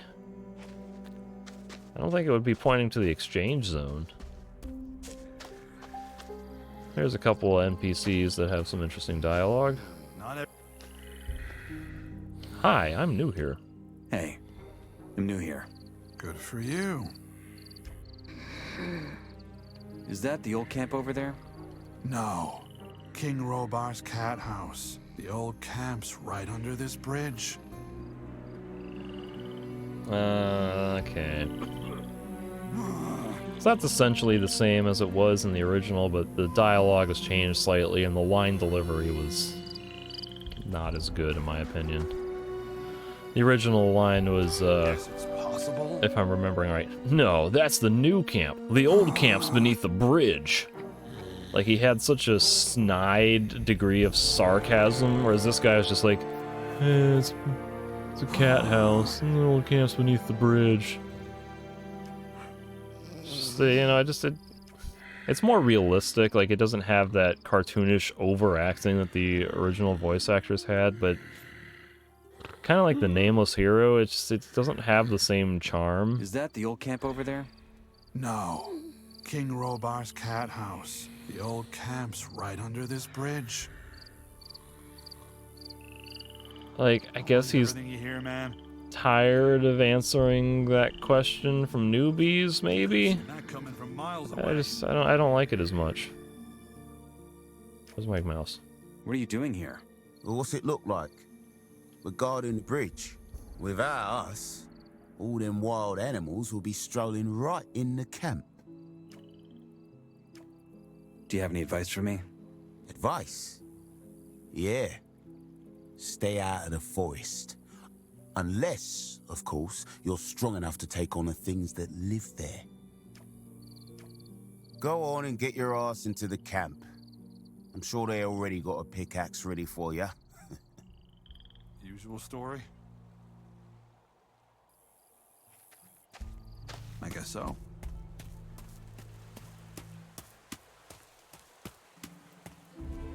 This is definitely a more elaborate bridge.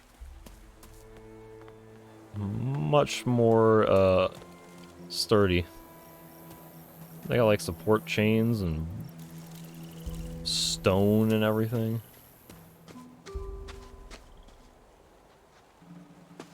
I don't suppose they would have put loot under here, would they? That would be a thing the remake would have the opportunity to do. 'Cause the original game, they never let you interact with things underwater. So, like, you could not loot items from down here, but this is totally, like, the sort of thing that you would have the opportunity to add more literal depth to the game with the remake. Like, that's one thing that the Chronicles of Myrtana Arkelos did, is they added the ability to do this. They said, hey, we're going to put items underwater, so that way there's more practical incentive to go diving. And for those who don't know, the Chronicles of Myrtana Arkelos is a total conversion mod that is essentially a standalone game with 60 or 100 hours of all new content based on Gothic 2. It's a pretty good game. Takes the core Gothic formula and expands on it in a lot of clever ways while still staying generally pretty close to what the original Gothic games were.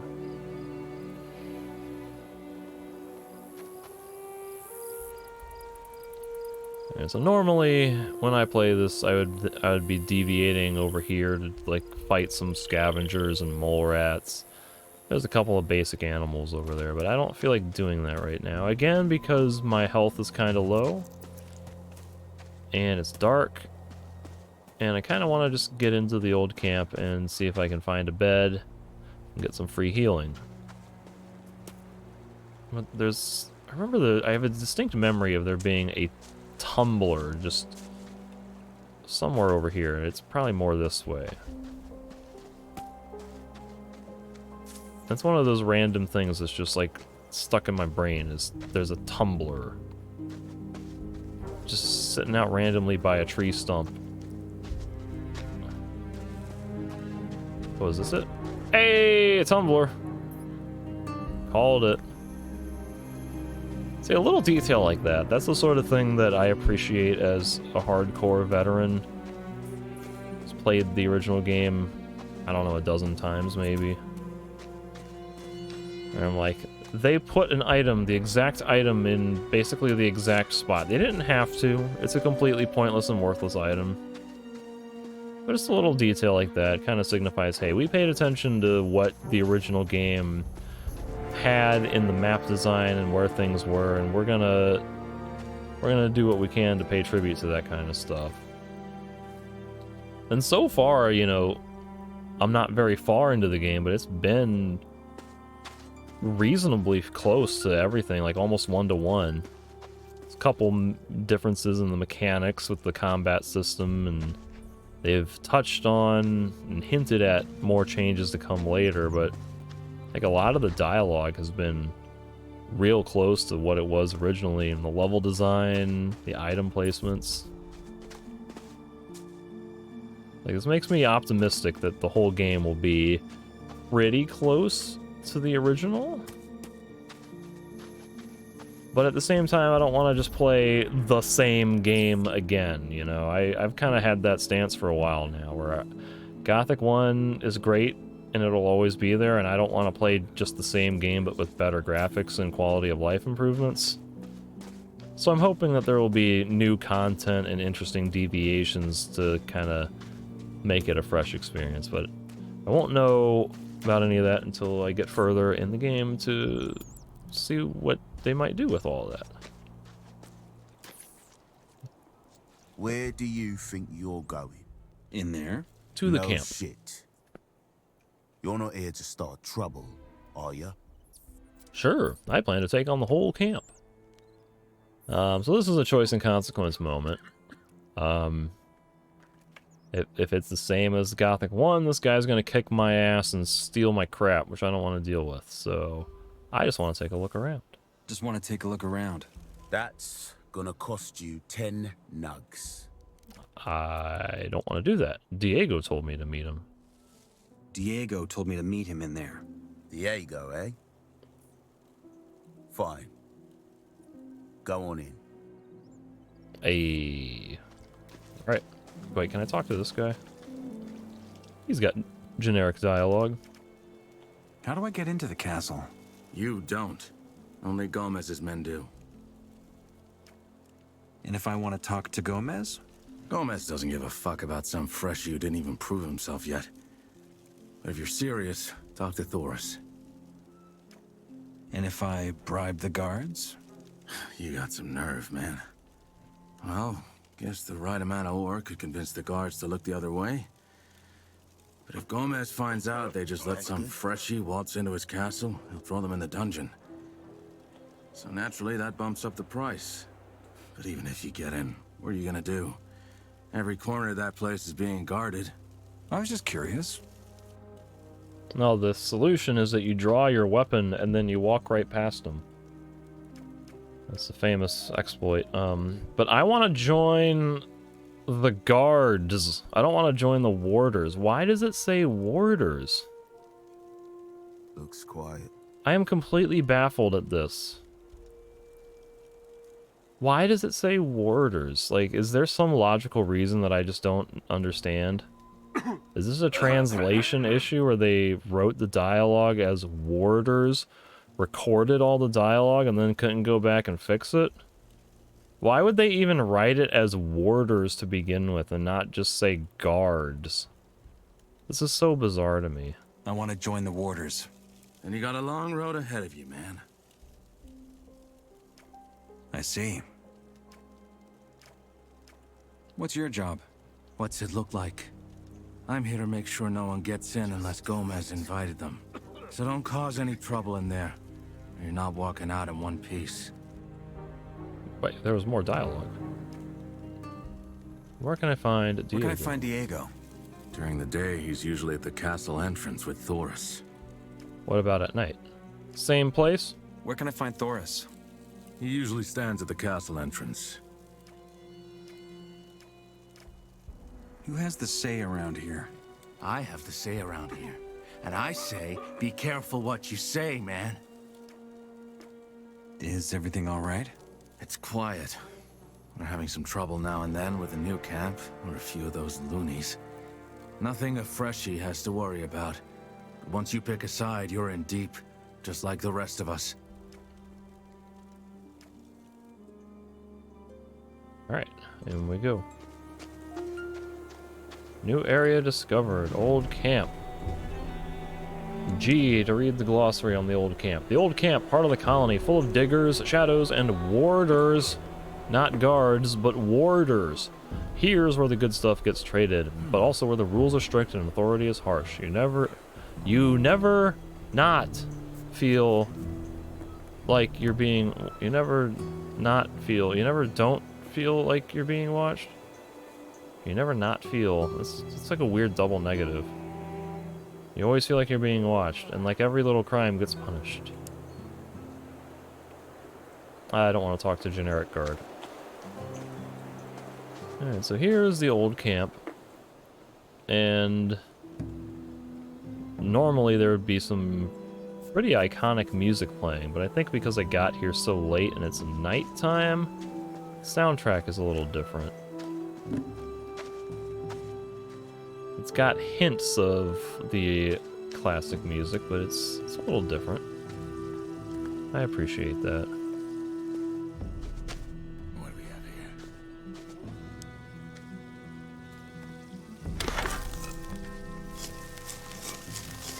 here? Only 2 pieces of raw meat. Did I only cook 1? Yeah. Whoops. Gotta get used to the interface here, especially with these mixed input. So if I'm on mouse control, hold space. I'm only cooking 1 though, right? Okay, I gotta press. There we go. Oh, am I only cooking 1 again? What is happening? Damn it. The mixed input is throwing me off. There we go. But as dialogue established, this is the old camp where originally the prisoners were sent to live here, and then they would go out to mine ore, magic ore in the mines. So the old camp has a structure with a castle in the middle, and then a ring, sort of like a slum district in the outskirts where the diggers live, the guys who go and mine the ore, while the guards and ore barons live in the castle. Oh, I guess the mages live there too. And our goal, really, from the start of the game, is to get into the castle to deliver a message. Right bumper? Oh, I don't have a right bumper, do I?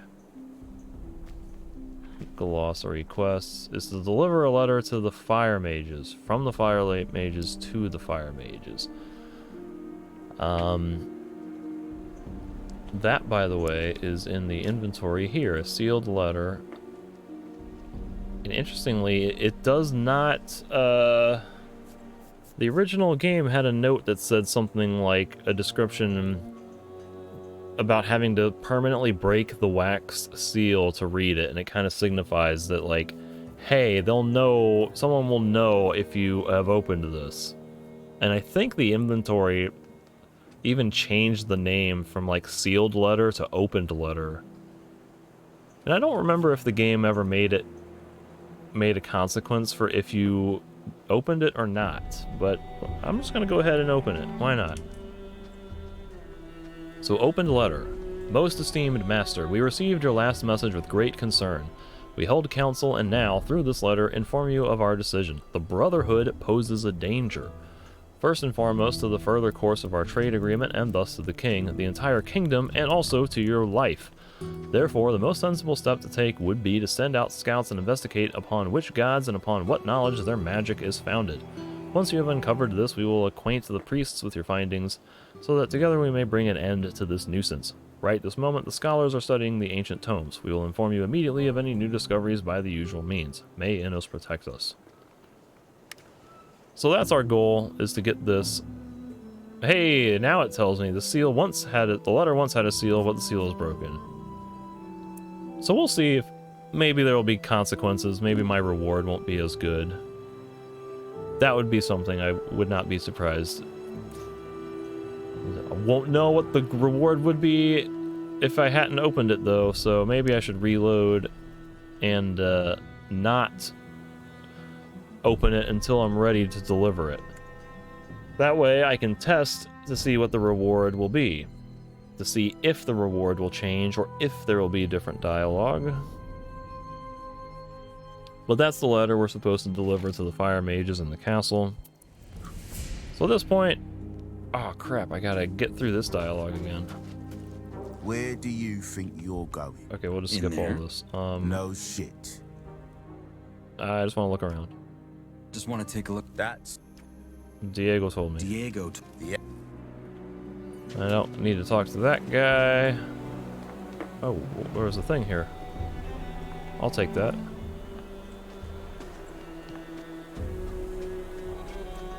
So really, the main quest is to get into this gate to go into the castle.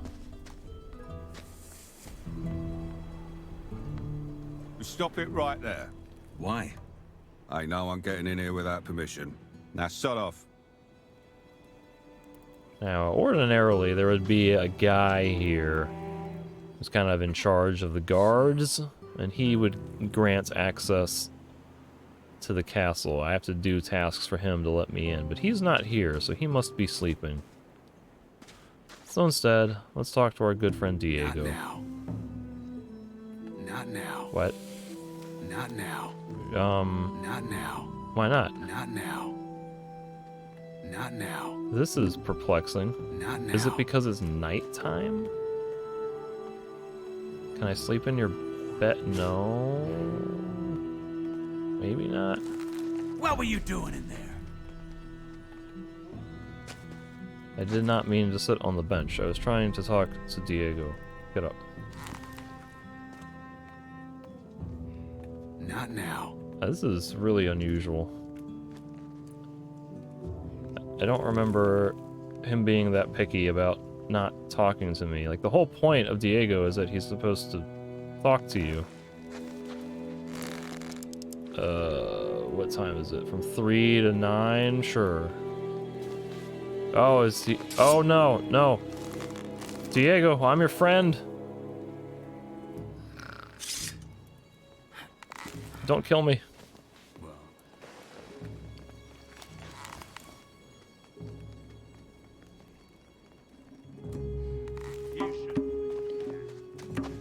You learn fast. Okay. So I thought it was supposed to be 9:30 in the morning, but it doesn't look like 9:30 to me. Did I get any sleep? Do I know what time it is? It says 3:43. I think Diego interrupted my sleep. Where do I gotta go to sleep around here? Get out of here. Now. I think the game is gonna restrict me from just sleeping in people's beds. That is problematic.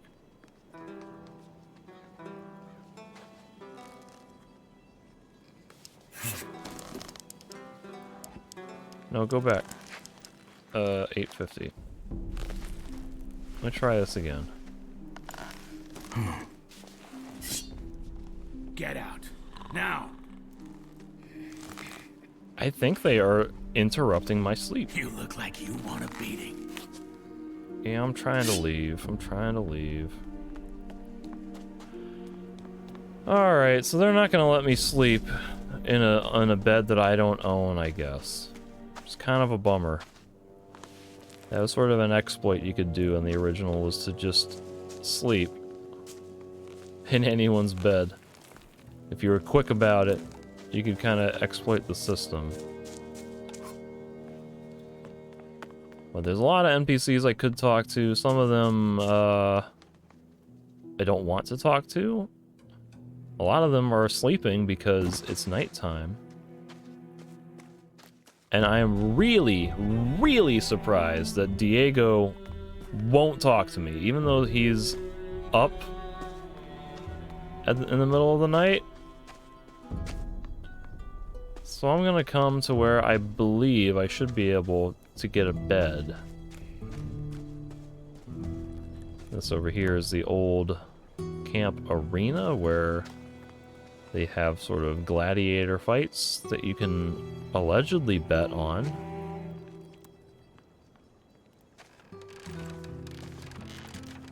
This camp is much less lively at night. Not the best way to introduce what this place is to a new player. So that's not right. Maybe it's this one?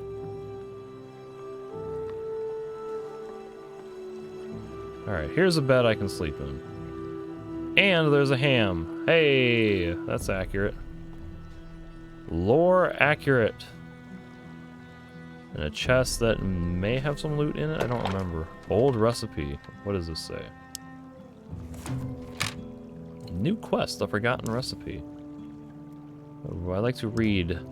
For this stew, scavenger meat works best. Cook it until it falls apart. For one portion, you absolutely have to add something. And one potato, just one. Otherwise, it gets too mealy. Also very important, use a potato with a something. That's what gives it flavor. Finally, add some crushed nightshade. Stir a few times and let simmer only briefly. Done. The guards love it. Huh. So that's a new quest. I don't remember this. I found an old recipe. The ink's faded in some places and it's barely legible. Maybe the camp's cook can help with that. Alright, so who knows what that recipe will do, but I'll have to try to talk to the camp cook about getting some information from him about what might allow me to read the rest of that recipe.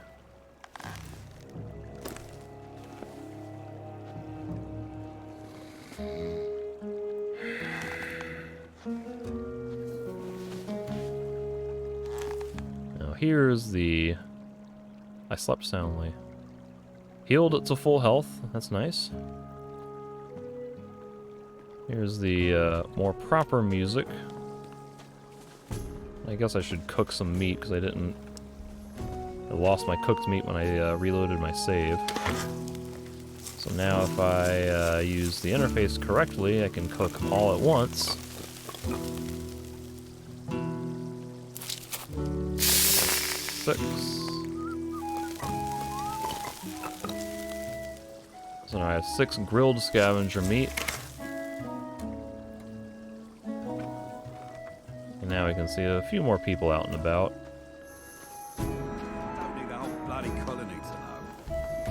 Now this guy, by the name of Guy, I think I want to talk to him. Hello there. Haven't seen you before. You're new here, aren't you? Just got in. Well then, welcome to the colony. I'm Guy. Already figured out which camp you're gonna join? Not yet. What would you recommend?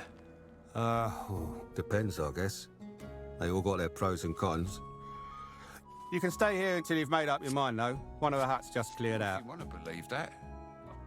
Which of the huts is free? It's the one I've already claimed. Which of the huts is free? The one right by the arena. It's got a red awning out front, hard to miss. All right. For that to happen. So that's where a little bit of my metagaming knowledge came into play, because I already knew that that hut was technically mine, or would be available to become mine, so a new player who's playing and gets to the old camp at night, I guess you'd be a little bit more stranded, and be like, where can I sleep? Oh, stay out. This guy, he might have been sleeping in some other hut, and he would have missed this opportunity to get the dialogue. You can't believe everything you're hearing. What are the perks of the old camp? Well, as long as you pay the warders your protection money, you can have a good life here. If anyone gets cocky or starts a fight with someone who's paid them, they stomp them. Also, we're the only place where you can get your hands on outside wares. You can hardly afford them in the other camps. What kind of goods fetch the best prices here? Well, as I said, everything from outside a barrier. Bread, cheese, ham, especially beer and wine. With all the cheap rice swill the new cappers give out, folk are dying for the good stuff. If you've got a weapon to sell, you'll always find a buyer. And proper armors are bloody unaffordable. The warders seem to be well equipped. They sure are. They just looted their armors off the dead prison guards after the revolt. They've become their banner, so to speak. Unless you become one of them, you'll never get your hands on one. Okay, so is the game making a distinction between the king's guards who were usurped in the riot, revolution, coup, or whatever, and now the people who are in that same role, who are technically the convicts, are not the king's royal guards, but took a new rank called warder? but then the UI still calls them guard. Like, I don't understand why they've changed the name.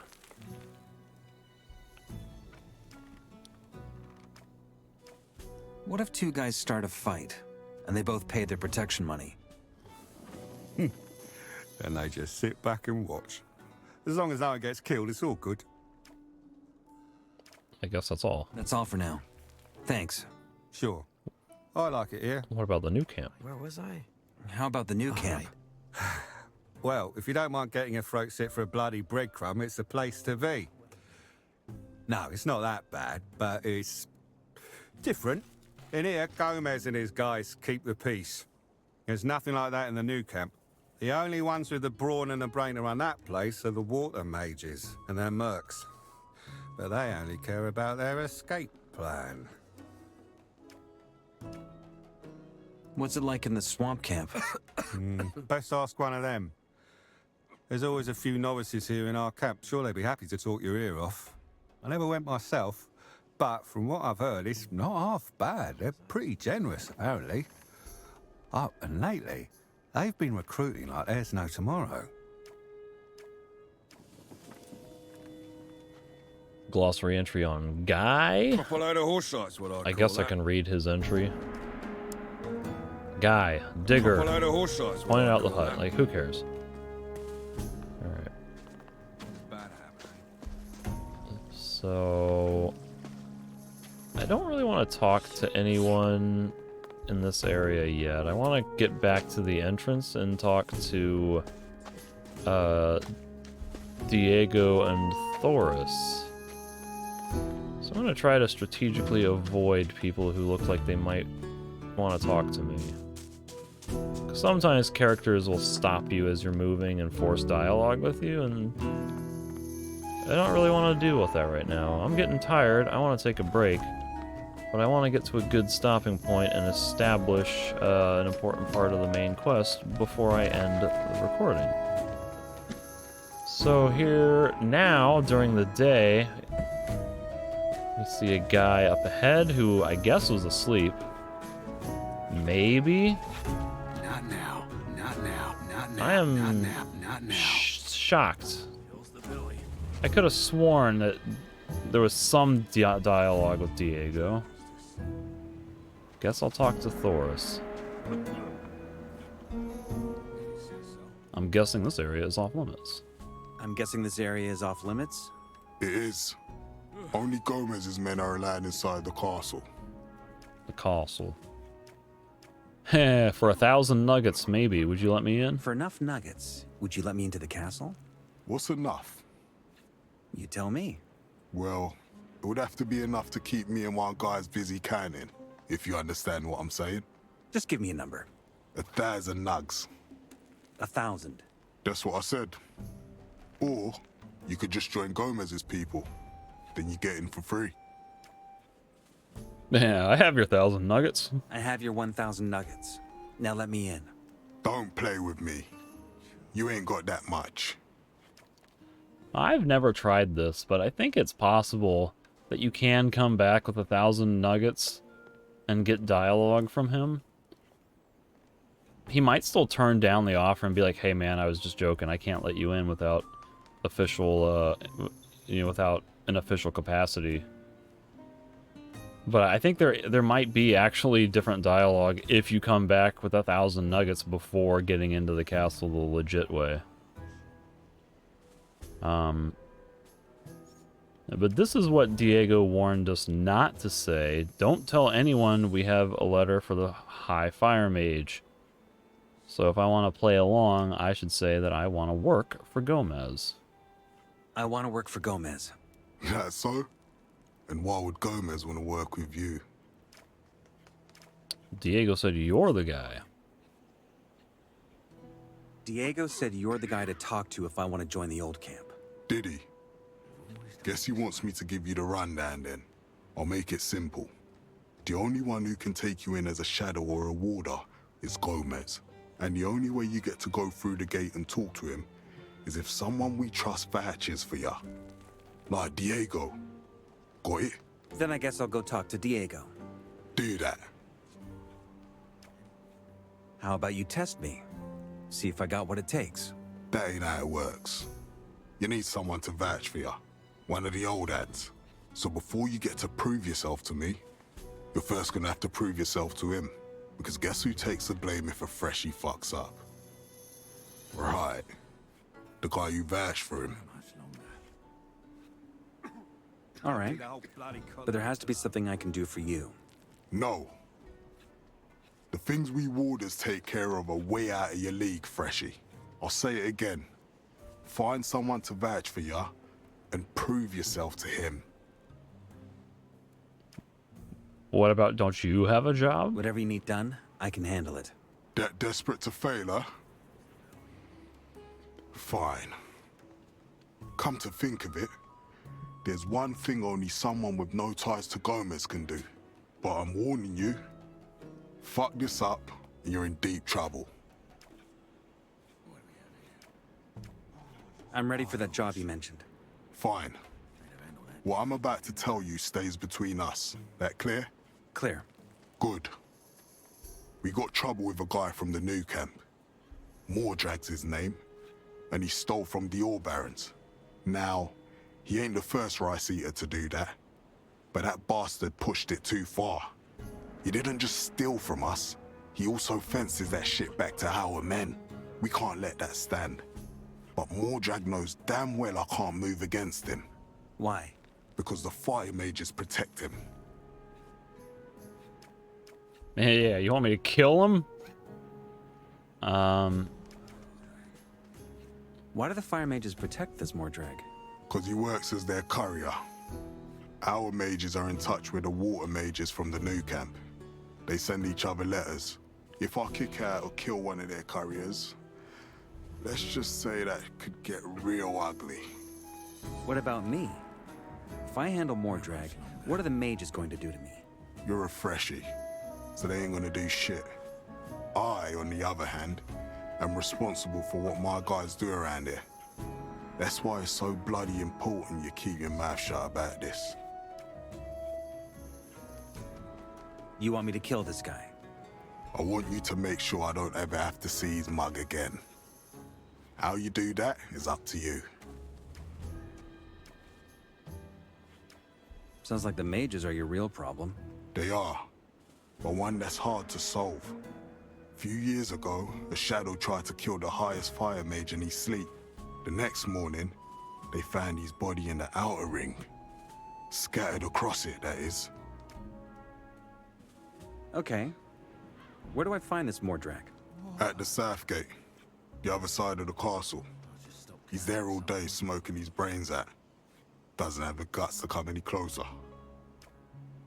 I'll take care of it. New quest, out of sight. Okay. I'll take care of it. No dialogue there. Glossary entry on Thoris. He guards the castle gate at the old camp. He has fought many battles, isn't easily fooled. He decides who can go inside. Probably a bad idea to pick a fight with him, and I don't have a reason to.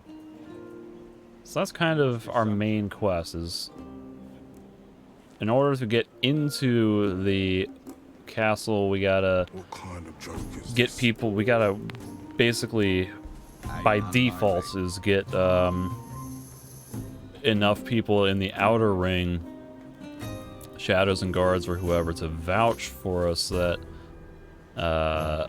we can become a shadow who works for Gomez.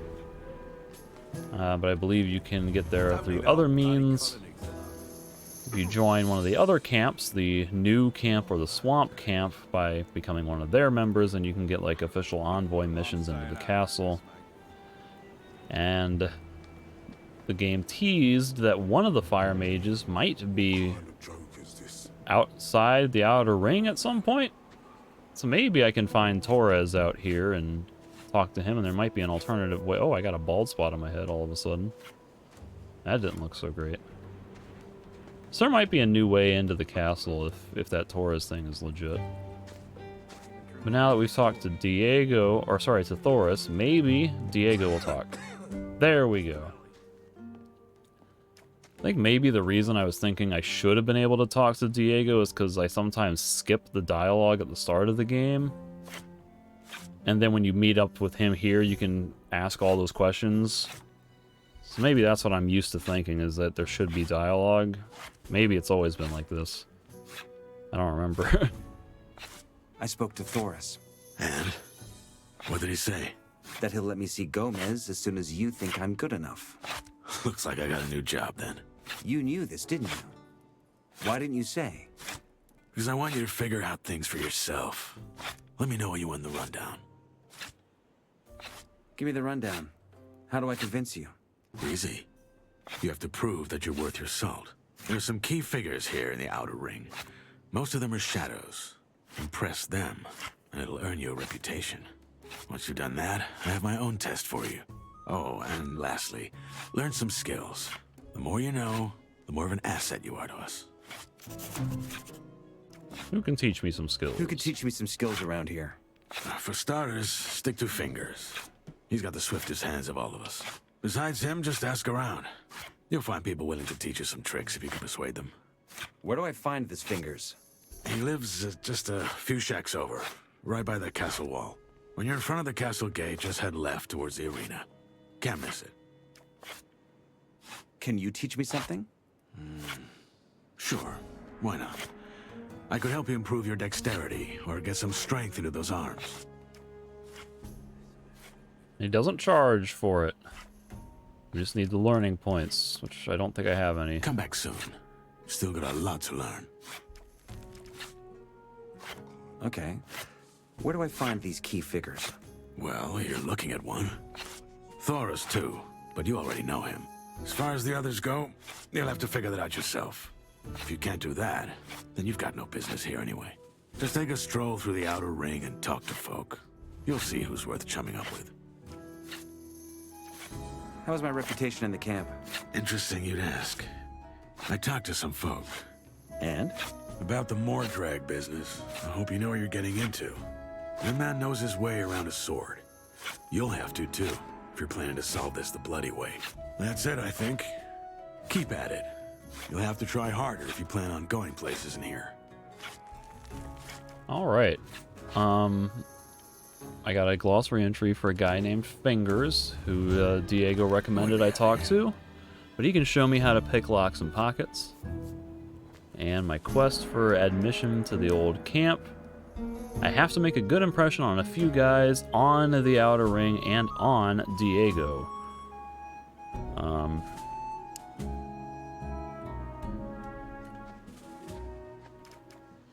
So yeah, that's kind of probably the good stopping point. At this point of the game would be the time to explore the outer ring of the old camp, talk to people, meet some people, pick up more side quests, do some favors for some folk, and try to impress the shadows and warders, not guards, but warders. I remember how I said warders? They're totally not guards, they are warders. Ignore the UI that says guards. But that would be the main thing to do.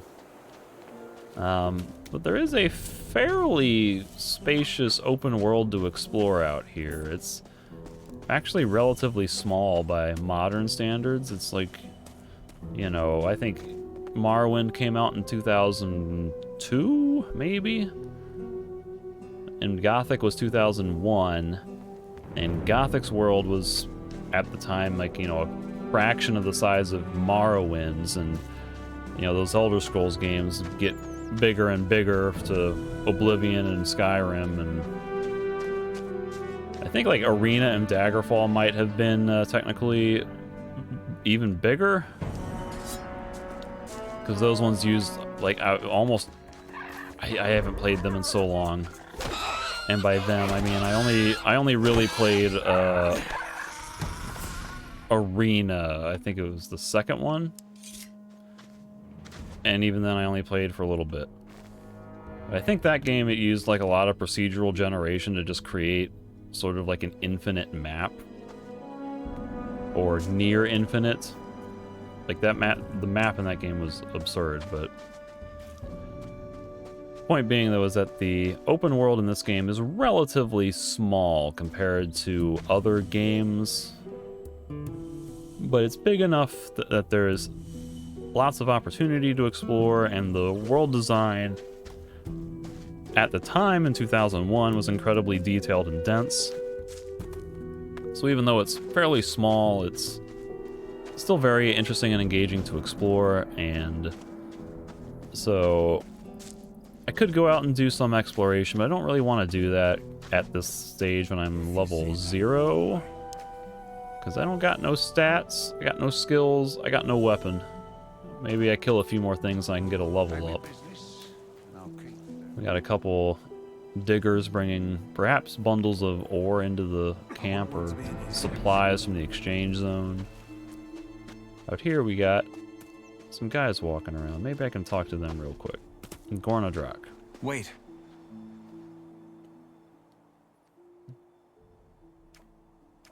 Hey, where are you off to? Us? We're bringing the crawler Ichor we got at the mine back to Court Colum. It's what we do every day. We need it for the dream juice. Dream juice. Crawler Ichor? Yes. The mine crawlers ooze it from their mandibles. If you extract the mandibles properly, you can gather it for your purposes. Isn't that pronounced Ichor? I don't think I've ever heard Ichor. What does Court Colum need the Ichor for? Like I said, the dream juice. We need it for the Great Awakening. It steals our minds so we can withstand the Sleeper's power during the ritual. But there's still so much to gather. How much more Ichor do you need for the ritual? A lot. We hunt day and night. Glossary update. Gornadrak. Gornadrak, Templar, brings minecrawler mandibles from the old mine to the swamp camp.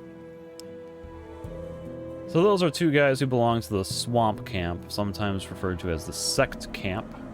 So that's kind of a little bit of a preview of what some of the sect camp guys look like, and some of what they get up to is preparing for rituals to communicate with the Sleeper. Kind of the bit of a mystery element at this point of the game. As a newcomer, you don't know much about any of these camps. But I think this is where I will end this episode here. This is kind of a good stopping point. Usual story? I'll be able to explore the outer ring, talk to some more people, maybe do some basic exploration in the immediate vicinity around the old camp. Get some XP, get some level ups, get some skills, do some more quests. So that'll be on the docket for the next episode. And if you've made it this far, then I want to thank you for watching. Hopefully it has been enjoyable.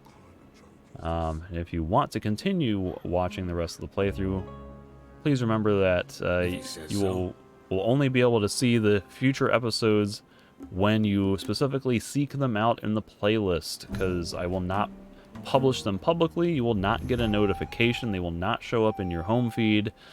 So just check back on the playlist periodically, and maybe there'll be a new episode from time to time. So, again, thanks for watching. Hope you enjoyed it, and I'll talk to you in the next episode.